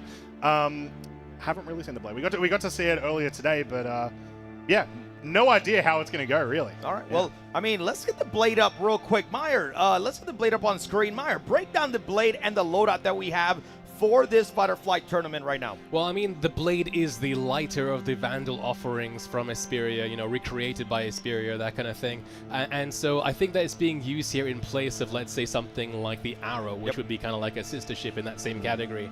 So I kind of would expect it to kind of maybe perhaps perform in a similar fashion here. Obviously, it has different weapons. It's got the, It's got the Vandal loadout here. It's got the Wasp and the Warlord. Those, size 3 weapons. It's pretty kitted out here. So I think that's why they chose it. You know, like we've unlocked them. Obviously, the Asperia ships were not available to use during the road to CitizenCon here, and I think it might just be the stronger ship. You know, like when you put apples to apples here with the arrow and the blade in 3-2-1 for sure, Crucian.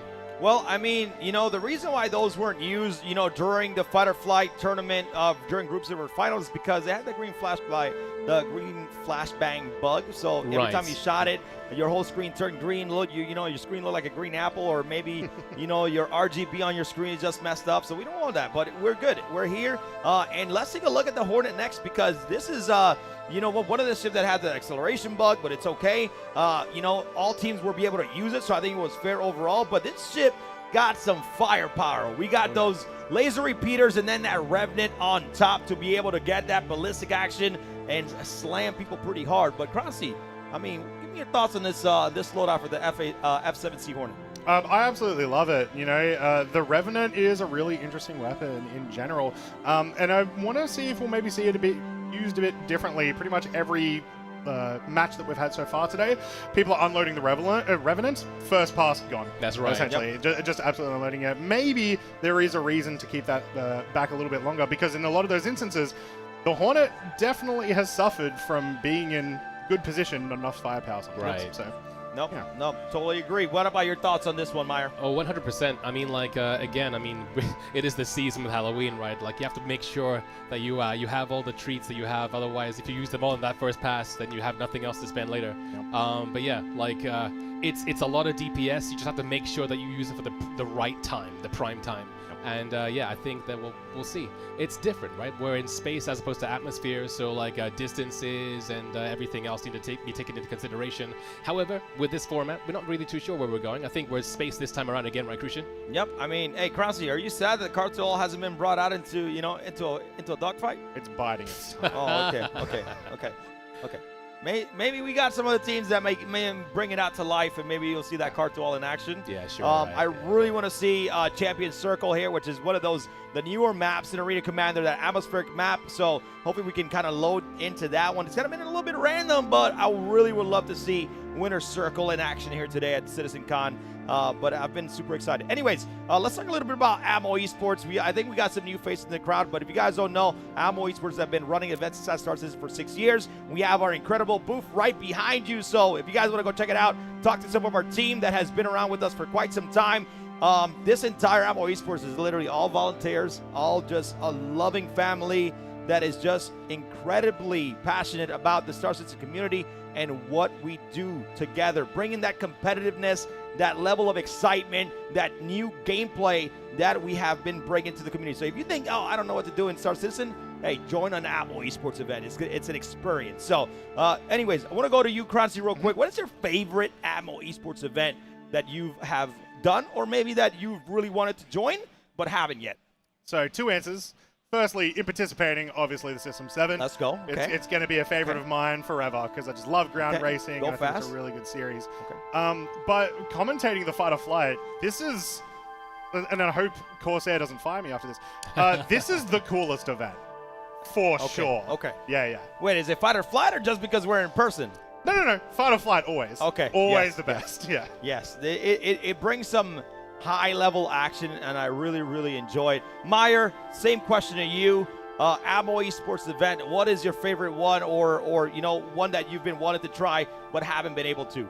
I think I've casted almost every single one of them and been in every single one as well, save for I've even done Fight and Flight, I think. So I think, yeah, like maybe the System 7. I haven't raced in that. That's always, you know, we have different tracks for that. It's just a very different experience. I'd have to qualify first, though.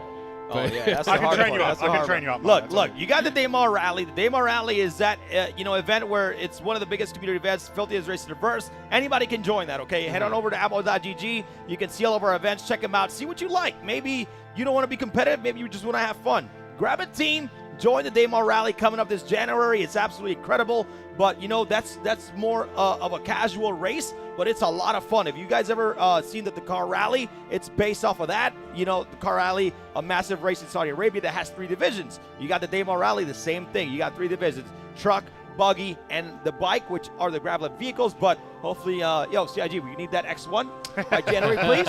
Yeah, where are they at? Okay, I can't see it, but it's light, man. I like it, but yeah, we need that X1. We'd love to see some new vehicles in action. You know, hopefully during the Daymar Rally. You know, praying for that, but we'll see what happens. And then we have the System 7, like you talked about. You need to qualify. You need to be able to bring your A game because we put a qualifying track. Sometimes it could be the buggy track. Sometimes it's some tracks that we've made inside the game. You know, using the territory around the game, but you need to qualify for that one. That one is a little bit more competitive. But we do a lot of things called the Grey Cat Social. Yep. The Grey Cat Social is pretty much the entire community. This year we did an event where we did a big race. The race we did during CitizenCon last year, the Babbage Bash, and we had almost about 90 racers in a 100-player server. It was absolutely incredible. So I'm super happy about that. But you know, just giving people the content so that way if they don't know what to do around the game, hey, grab an event, see what you like, sign up for it, and it's a lot of fun. I promise you that. You know, and something that we don't do much, Meyer and Kranzi, is like you meet people that you never know that can be lifetime friends. So how much of those people you met in Star Citizen that became probably some of your best friends? Well, I came to Australia from Australia with 3 of them. Yeah. But don't tell them that. I think they're playing Pyro. They can't hear. It's fine. Yeah, it's been absolutely insane. And I think everyone kind of has a story like that, you know? Yep. What about you, Meyer? Any great experiences you want to share that shows that, you know, the potential or the power of this incredible community? Well, I mean, I've been to every single CitizenCon, and I think that every single time I go, I come back and I see people. Is that a flex, bro? I mean, I'm just kidding. Go ahead, but like every single time I go, I come back and I see faces that I know and I recognize. You know, like I'm in a fairly large org test squadron, and they have a booth right now, and I see them every single year as well. Or I used to. I think things are coming back now into that flow of the conventions and stuff again. And yeah, like it's definitely got this huge community family feel within, like not only just, you know, into org, but also just as a community as well. I mean, everybody knows each other, you know, everybody smiles, and yeah, I just look forward to it every single time, man. Hey, well, I just want to give a big shout out to, you know, our Atmo Esports staff and volunteers. We got a lot of great folks. We got our stage manager here. We got Esper, giving him a shout out. Don't run away, bro. And then we got Forceworth, our stage manager here, left and right. Okay, my bad. I keep messing that up. But hey, love these guys. We got Sevens, who is our roaming camera, doing an incredible job. We got our team back there. We have Enigmatic, who has been our stream director. So I hope you guys have been enjoying the show. I love being here live at this CitizenCon, man. I don't know, man. I don't know if I'm not at the next one. I don't know what's gonna top this one. I'm gonna tell you that right now. No, I'm just kidding. I mean, hopefully this is just the first of many. That's for sure. That's for sure, man. I would love to do a lot more stuff too. Bring some, you know, ship racing, ground racing. We would love to do a lot of that showcase, you know. But the thing is, like, Fighter Flight is so action-packed. You get that momentum, adrenaline of seeing these incredible people that have been putting the time to practice at home to really get some damage in. Yeah. So, I mean, is there anything that could be more action-packed? Like, when you think of Top Gun, you think of Fighter Flight. I haven't watched Top Gun. Oh. What? Buddy. Give me your headset. Give me your headset. Give me your headset. Security. What? I mean, hey, on your way back, you need to, well. If it's on the plane, sure. Okay. I'll do it. Cool. You know, I have to admit, I haven't seen it either. Yes! 2v1. On the plane, there's a promise. Uncultured, I'm kidding. I'm just kidding. Come on, y'all. All right, we're seeing a great meta. We see Avenger 1 in the Gladius here. Mm-hmm. Oh, I'm not going to lie. I'm very, very happy to see the Gladius back because we didn't see it at all. It got, you know, it wasn't picked at all in the Fighter Flight group stage of the finals. And then, of course, we see Lizzie B, who's been putting in that time in that tanky F-7C Hornet. So looking like we're almost ready for the matchup. Are y'all ready for the matchup? Okay, they're ready to see some action. They're ready to see some action, man. I'm excited. Again, I want to give a big shout out to Tobii for, you know, doing some giveaways and really sponsoring the event. Not only us, but the entire, you know, computers there by CLX. So the Pyro Playground, sorry. So shout out to the entire team, but I think we're almost ready to go. Yeah, it looks like they're loading in, just making sure everything works, and then we'll get going, which is fantastic. With the Gladius, yeah, we got to see it during the group bracket, but it didn't really advance very far. It's one of the ones that, you know, maybe won a match or two. With the Gladius? The Gladius, Well, yeah. that's because that was an atmosphere. If Yeah, you are 100%. if we're in space, the Gladius has been king in space since, like, you know, 18, 19. Yeah. 3-2-1 has changed things up a tiny bit, so I don't know if that's why we haven't seen it necessarily. However, I mean, we're seeing it right here, so let's, I guess, have a look and see how it fares. Well, Matches is ready to go. Meyer, you ready to take this down? I'm ready. All right, take it away, Meyer. All right, okay, it's me and, is it Crunchy or is it Crucian? Okay, it's me and Crucian right here, and it looks like our contestants are just about getting ready. As you can see, this is the new Security Post Korea match here in Arena Commander, and we've got two of our pilots here flying real close to each other right now as they approach the enemies. And as you can see, just ahead, that's the Gladius, that's that blue, far ahead in the distance to the south pole of that satellite there. The Gladius, it's not really much of like a disadvantage, but you can see that blue light there. I think that might be coming through in Squadron. But anyway, as you can see, we got Space Dad, Bog August, and Comet 15, and we got Be Avenged with Lazy B and Avenger 1, and here it goes. It looks like they're coming closer. Once they get within maybe about 1 kilometer to 500 meters, we might see that first exchange, Crucian. But let's have a look. Yep, right now you see that exchange. You see Avenger 1 in that. He's just locked in right now. And as you can see, if you're seeing that bubble on the screen, that is a Tobii Ghost. So it's just tracking their eyes, and they're able to use that head, the Tobii eye tracker to pretty much check where they're looking at, and then use their head and eye tracker to be able to move and look forward while they're turning. But here we go, Avenger 1 being very calm here, getting some damage here, you know, towards, he's targeting currently the blade right now, which is gonna be Comet 15. But Meyer already getting some big damage in. Lizzie B doing a great job putting in some damage yourself. It's looking good. What are your thoughts here, Meyer? Yeah, Comet 15 doing some corkscrews here, trying to avoid the fire, but not getting out of the way in time. Avenger 1 just locking that beat. Comet 15 in the blade, no shields. The entire hull is entirely red, and it looks like in the next pass or two, Crucian here, we might just see ourselves lose our first ship of this encounter here. Comet 15 now 1 kilometer out. Avenger 1 making sure to hold onto their fire here, just poking, keeping their shields down with a probe, but not committing to draining their capacitor, because if they do that, then of course they're going to be in a bad position when they come into this next pass. There we go. Their shields are back up, but their teammates are right behind them, Crucian. We're so close to the simulation edge now, they have to be careful. They have 40 seconds to either seal the deal or get back inside. Yep, right now you see, I mean, it's been great so far. I love to see, I've been looking at just Lizzie B the entire time, just putting in the work, putting in that damage, because, hey, backing up her teammate in a fantastic way. And you see Avenger 1 putting in that damage versus that blade. I think that is going to be their target, because they know that Comet 15 is the danger currently. But Comet doing a great job of power management right now. You know, got that power on shields, and then once he has that shields back up, he puts it down to that thrusters and then get that maneuverability going and boost out of the way. But Bognauskas, you can't keep him out. Right now doing some incredible damage here in that Hornet, just putting in the work and going after Lizzie B right now, Meyer. That's right, Hornet on Ghost here. You can see all that juicy hull damage being taken out of that Hornet there, and in a few more shots there, it's going to be taken out, and there it goes. Wow, right now, Bognog is putting in that work, taking out Lizzie B, and down goes that Hornet. It's going to be a 2v1 situation. Can Avenger 1 bring this to life for their team? So that way they're up 1-0, but let's see what happens, because 2v1, it is very hard here. Bognog is doing a great job staying on target. Look at that damage, going all in, getting those shields down right now, and Comet doing a great job maneuvering out with that damage that he has. Meyer, it's looking good for Team Space Dads. It's looking incredible for Space Dads right now. It's going to be very difficult indeed for Comet to come back from this at all, because they took so much damage in that first encounter. But as you can see here, well, they're going to try regardless here. They're going toe-to-toe against Avenger 1. They haven't opened any fire here. They're doing some corkscrew action here. Avenger 1 is as well avoiding shots here, not conceding any shield capacity as they make their approach here. They got 2-on-1 here. The other teammate just has to make sure that they get that flat side, that pancake, that cross-sectional advantage here.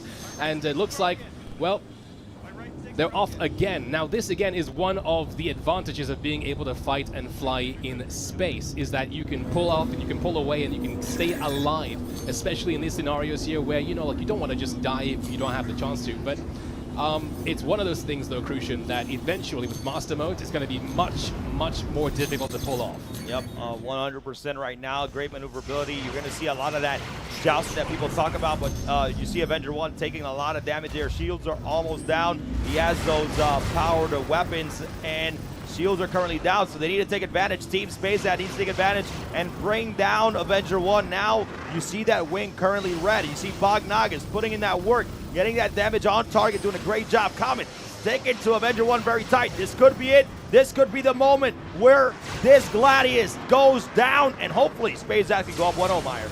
The Gladius does indeed have a lot of pressure on both sides right now, and with that Comet 15 is taken out here. Wow. Wow, Comet 15 going down. That puts a 1v1. Avenger 1 versus Bognagas. This is a dangerous situation, but you see Avenger 1, he doesn't have that right wing, so he needs to be able, if he pulls this off, this is going to be an incredible moment here for Team Be Avenged. Team Be Avenged indeed. And of course, Avenger 1 has to live up to his name and avenge his teammate here. As you can see, the Gladius is just on top, getting that pancake, that cross-sectional advantage, almost seizing it right there. Man, that is some hard tricording, trying to get in his vision, that cone that he has. Maneuverability in for Avenger 1 right now is absolutely insane. He can't even get his pip on him. He needs to be able to merge properly, and there we go. Bognagas getting that damage in. Is this his moment? Shields are still up, though, for Avenger 1. This is going to be very, very dangerous. Remember, this Hornet is tanky, so it's not going to go down so easily. Let's see what happens here, Meyer. Yo, I mean, did you see that amazing cone aversion there from Avenger 1, just staying out of that front of the Hornet that entire time, laying down the damage, about 700 to 800 points of damage that entire time. That was some awesome flying there. Bognagas had to pull away to get their shields back. Here it goes now for that next pass. Their shields are back down again. Avenger 1 is going to try and maneuver around and just do some more damage. Again, that Hornet is tanky, but you can see. There we go! Right there! Avenger 1 taking down Bognagas, putting Team Be Avenged. Oh my Lanta!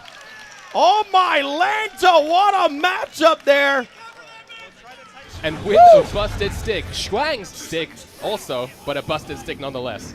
Oh man, that is tough. That is tough, man. Hey, you can't let hey, don't disrespect the mustache either, okay? I wish I could grow something like that, man. I'm jealous. But what a matchup. Anyways, the round is coming up next here. This is going to be round 2. This is tough. So, man, this is absolutely, that was incredible. Man. Let's get back to the desk here really, really quick. But, wow. I'm out of words, man. Let's get back to the, Kroncy. Yes. Talk to me. Wow. Wow. I was watching about halfway through. I saw Avenger at one point go, what's going on here? Has a busted stick and still pulls it off in the end. Absolutely insane. Hey, so, I got to give love to Comet 15 because he's using sticks that he's probably never used before. He had a little bit of practice probably earlier today. So, you know, again, a lot of these competitors really being outside of their comfort zone, not being at home, not being able to sit down and go grab a drink. No, they're here. They're putting on a great show. So shout out to all the competitors, not only that are here currently competing, but just overall today. But, man, that was a great matchup. Hey, let's recap real quick, Kroncy. I know you said a wow. What wowed you about that last match? I mean, as always, it's a 2v1 like comeback. That's always absolutely amazing, right? That was crazy to see that performance there. I think there's a really big thing. I think there's a really big thing to be said about Lazy B sticking up. Oh, it looks like we're actually in the next match already. We're in the next matchup, Meyer. Shut up now. I'll let you take it away. All right, here we are once again at SPK to do our second game of this head-to-head action between Be Avenged and Space Dads. And I guess, you know, like to step in and steal Kroncy's thunder there about what wowed me. I mean, like, it is very, very difficult in this game to be able to merge speeds the way that Avenger 1 was able to do so, especially with that pitch, your disadvantage he has at the very end of that too. Just being able to stay out of that cone of damage and destruction of the Hornet and lay down that damage was just something to see. If it happens to you, I mean, like, if that's those cinematic moments, that's like what's happening right now with their wingman, but the guy is somebody trying to shoot you, yet you're still gliding around them like your buddies. It's the best thing. But here we are, they're 6 kilometers out, Crucian, and we're about to start this next fight. Well, I'm going to tell you right now, this is the first time I see this Space Station Korea map in Arena Commander. Obviously, we've been, battling each other in Space Station Korea for a long time. That's right. 2.63 days. Where it started. But all I'm saying is that matchup was great. But I'm going to be honest with you, this is going to go 1-1. I think Bognagas and Comet are going to bring it as much as possible. I think it's going to be tied here going into match 3. Well, I guess only time will tell, Crucian, as we've already started, and we're down to our second turn of this fight already. Yep, right now, as you can see, Avenger 1 just trying to get that perfect merge, and he's going to be able to put that, lead pip on there. But look at Lizzie B just trying to get in position here, trying to back up Avenger 1, doing a great job, and just firing off here, doing some good work, man. I'm loving to seeing this right now. You got Comet just trying to maneuver out of the way. You got that power to thrusters. Man, Meyer, teams are looking good. I think they're being a little bit more careful. Oh, I mean, look at that Hornet, though. They have no idea that Gladius is directly on top of them there. Avenger 1 just taking the entire pancake home with them, man. Maple syrup and all. Look at that. 400 points of damage already on that Hornet. Yeah, they need to be able to back off. Comet's coming in, trying to back up his partner, trying to, re-merge onto who's getting that damage. But Bognaga's doing a great job. Shields are not up yet, so if Bognaga's able to maneuver out of the way, he's going to be able to get those shields back up, but he should be safe here. So, very good job by Comet to defend his partner, and they'll be able to hopefully regroup, re-merge, and hopefully get some damage in 2 versus Team Be Avenged. That's right. That was a great first pass, and it looks like everybody managed to disengage as well. But if we go back to Avenger 1's perspective, or maybe even Bognagas' there, you can see the Bog's Hornet there has taken some considerable damage there. It's below 25% hull integrity there in the core, and so that means that, a few more shots there, even though it is a Hornet, will take this thing out. So they have to be very careful there. Now, of course, Team Be Avenged are going to maybe want to try and focus on the Hornet, even though the Hornet is kind of that tether ship. It's the heavier one. It has the most HP. You don't really want to focus unless, of course, you have that target out there, because in that team, in that pairing, they have something a bit faster that can put out some more damage in a more annoying way. But here we go there. Avenger 1 doing some corkscrews here, getting on that flat side of the Hornet, and there it goes! Team Bognagas going down in the Hornet, getting some great damage in there. Lizzie be putting in the work. Avenger 1 doing a great job at getting those shields on quickly. And Comet 15, this is going to be up to you. Can you survive here? Can you put your team up 1-1 with this Superior Blade? Let's see what happens next here, Meyer. Yeah, Comet 15 is back on their lonesome here for this fight. 2v1 Crucian, which means, again, the way you fly, the way you fight is going to be a bit more different. You don't have to worry about staying too close to your wingman now. There's no protection. It's all about yourself, looking out for number 1. Not Avenger 1, mind you, but you have to keep your eye out for him too, because he hits most of his shots. But here we go. We're on the rim of this map here, Crucian, which means that we have to make sure we get back to the center. Now, this can be a bit dangerous. You can see here, Comet 15 is pushing that ship and his pilot to the limit here. You can see those G-forces just straining the pilot, but he has to make sure he gets out of there in time. He can't be the last one out, otherwise they'll be waiting for him, PUBG style there with the ring. But here we go. With PUBG with the ring. Yeah, with the circle coming in. That's how the border works. You leave the border, you come back inside, you wait for them to come back inside. Man, that's a wild reference. Dude! Hey, man, I'll take it. It's all good. All right, Cobra concentrating, doing a great job. So I love what Cobra's doing, because he's trying to fly away to be in position, and I'm pretty sure right now he's trying to do his best and going after Avenger 1. Actually, no, he's actually putting in the work against Lizzie B. Lizzie B hull is red. You got that tail end of the F-7C Hornet actually red. So if Comet can concentrate here, take out Lizzie B, it's going to go down to that 1v1 once again. But, man, this is going to be a very tight matchup. I think Comet needs to come up with a strategize very, very well to see how this ends up, Meyer. That's right, putting a lot of forward Gs there on his pilot. You can see they're just almost passing out, always on the cusp. They're doing some damage and pulling out as fast as possible, abusing the fact that their ship, that light fighter, is a bit faster, again, than, of course, Avenger 1's Gladius, so they can always choose when they want to fight. But here we go, there was a bit of a merge here, and it looks like they're now head-to-head, toe-to-toe. It's going to be the Blade versus the Gladius here, and on paper, I feel as if that Blade should be able to outmaneuver the Gladius, but then again, like speed and pitch and your velocity is one thing, but, the pilot skill and being able to use that ship to the best of your ability is one entire thing completely. It's been a good matchup so far. I love the survivability of Comet 15. I feel like he's just stepping up on another level here versus Team Be Avenged. But hey, damage is coming out quick. He's just pulling those Gs too much. Almost did a quick blackout, but hey, they know how to maneuver and go towards the other opposite direction to kind of cancel out those Gs. But doing a great job so far staying alive. Can he do a great job breaking down the shields of Lizzie B and hopefully, you know, taking her out of there? But let's see what happens, because right now you see Comet 15 going full speed ahead against Avenger 1. And we're back at the edge of the simulation again. People just don't like SPK, I guess. But here we go. It looks like they are committing here because, again, there are only 2 minutes and 40 seconds left of this fight here. So something has to happen. And there it is. There we go. Down goes Comet 15, unfortunately. But hey, man, great fight. Amazing. Good positioning. You know, big shout outs to them. But we have Team Be Avenged coming out on top. Avenger 1 and Lizzie B doing a fantastic job winning that 2-0.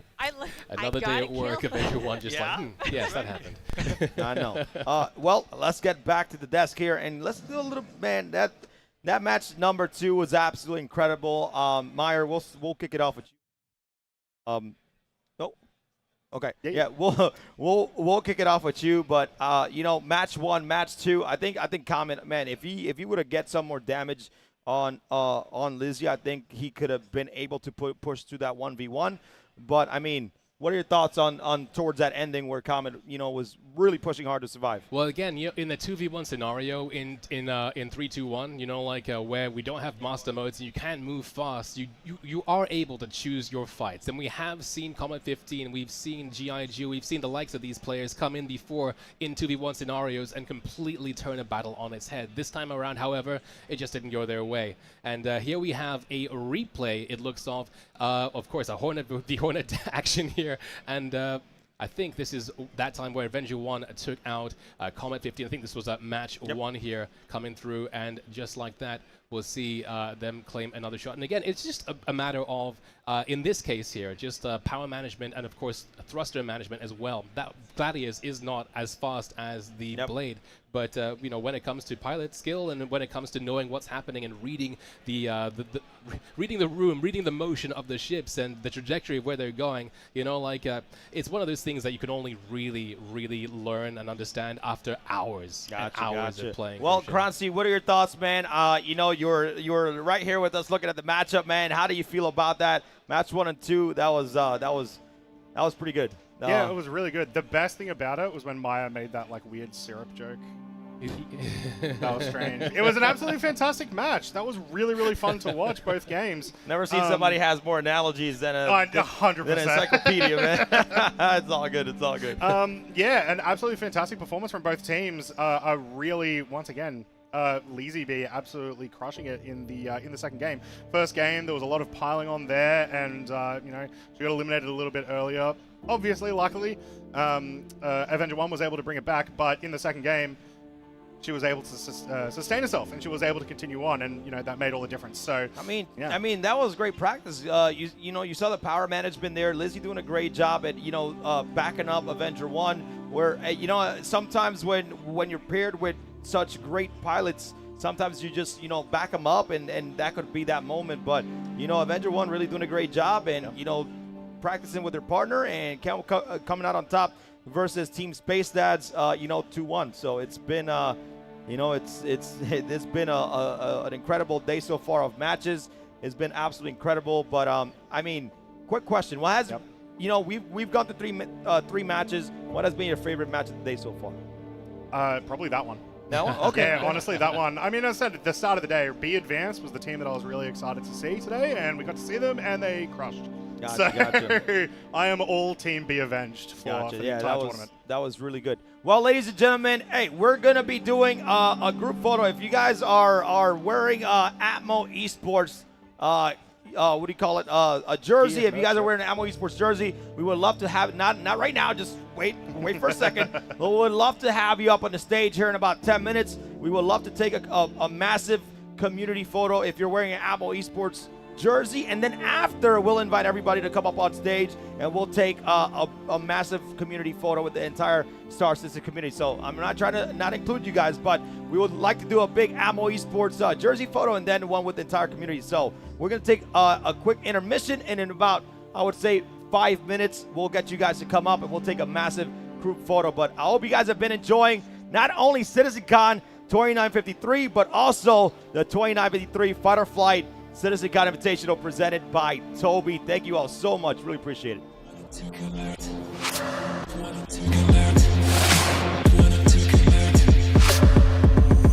I just wanted to.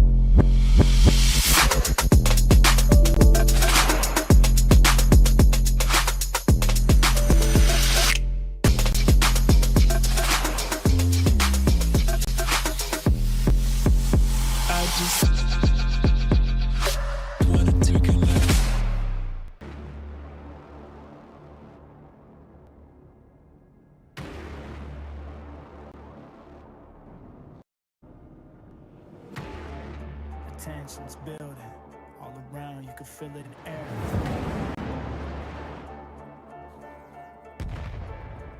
We're going to clear a crime stat. Not my crime stat. I'm not the criminal. My list is gonna be so long.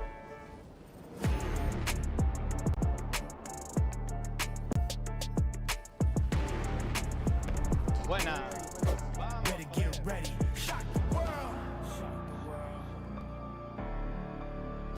Shock the world. This is more than a game. You better get ready. Go ahead, get ready. Shock the world. Lock the Connie, lock the Connie. Oh, yes! Shock the world. Shock the world. This is more than a game. I'm fine. I'm fine. This is fine. How are you?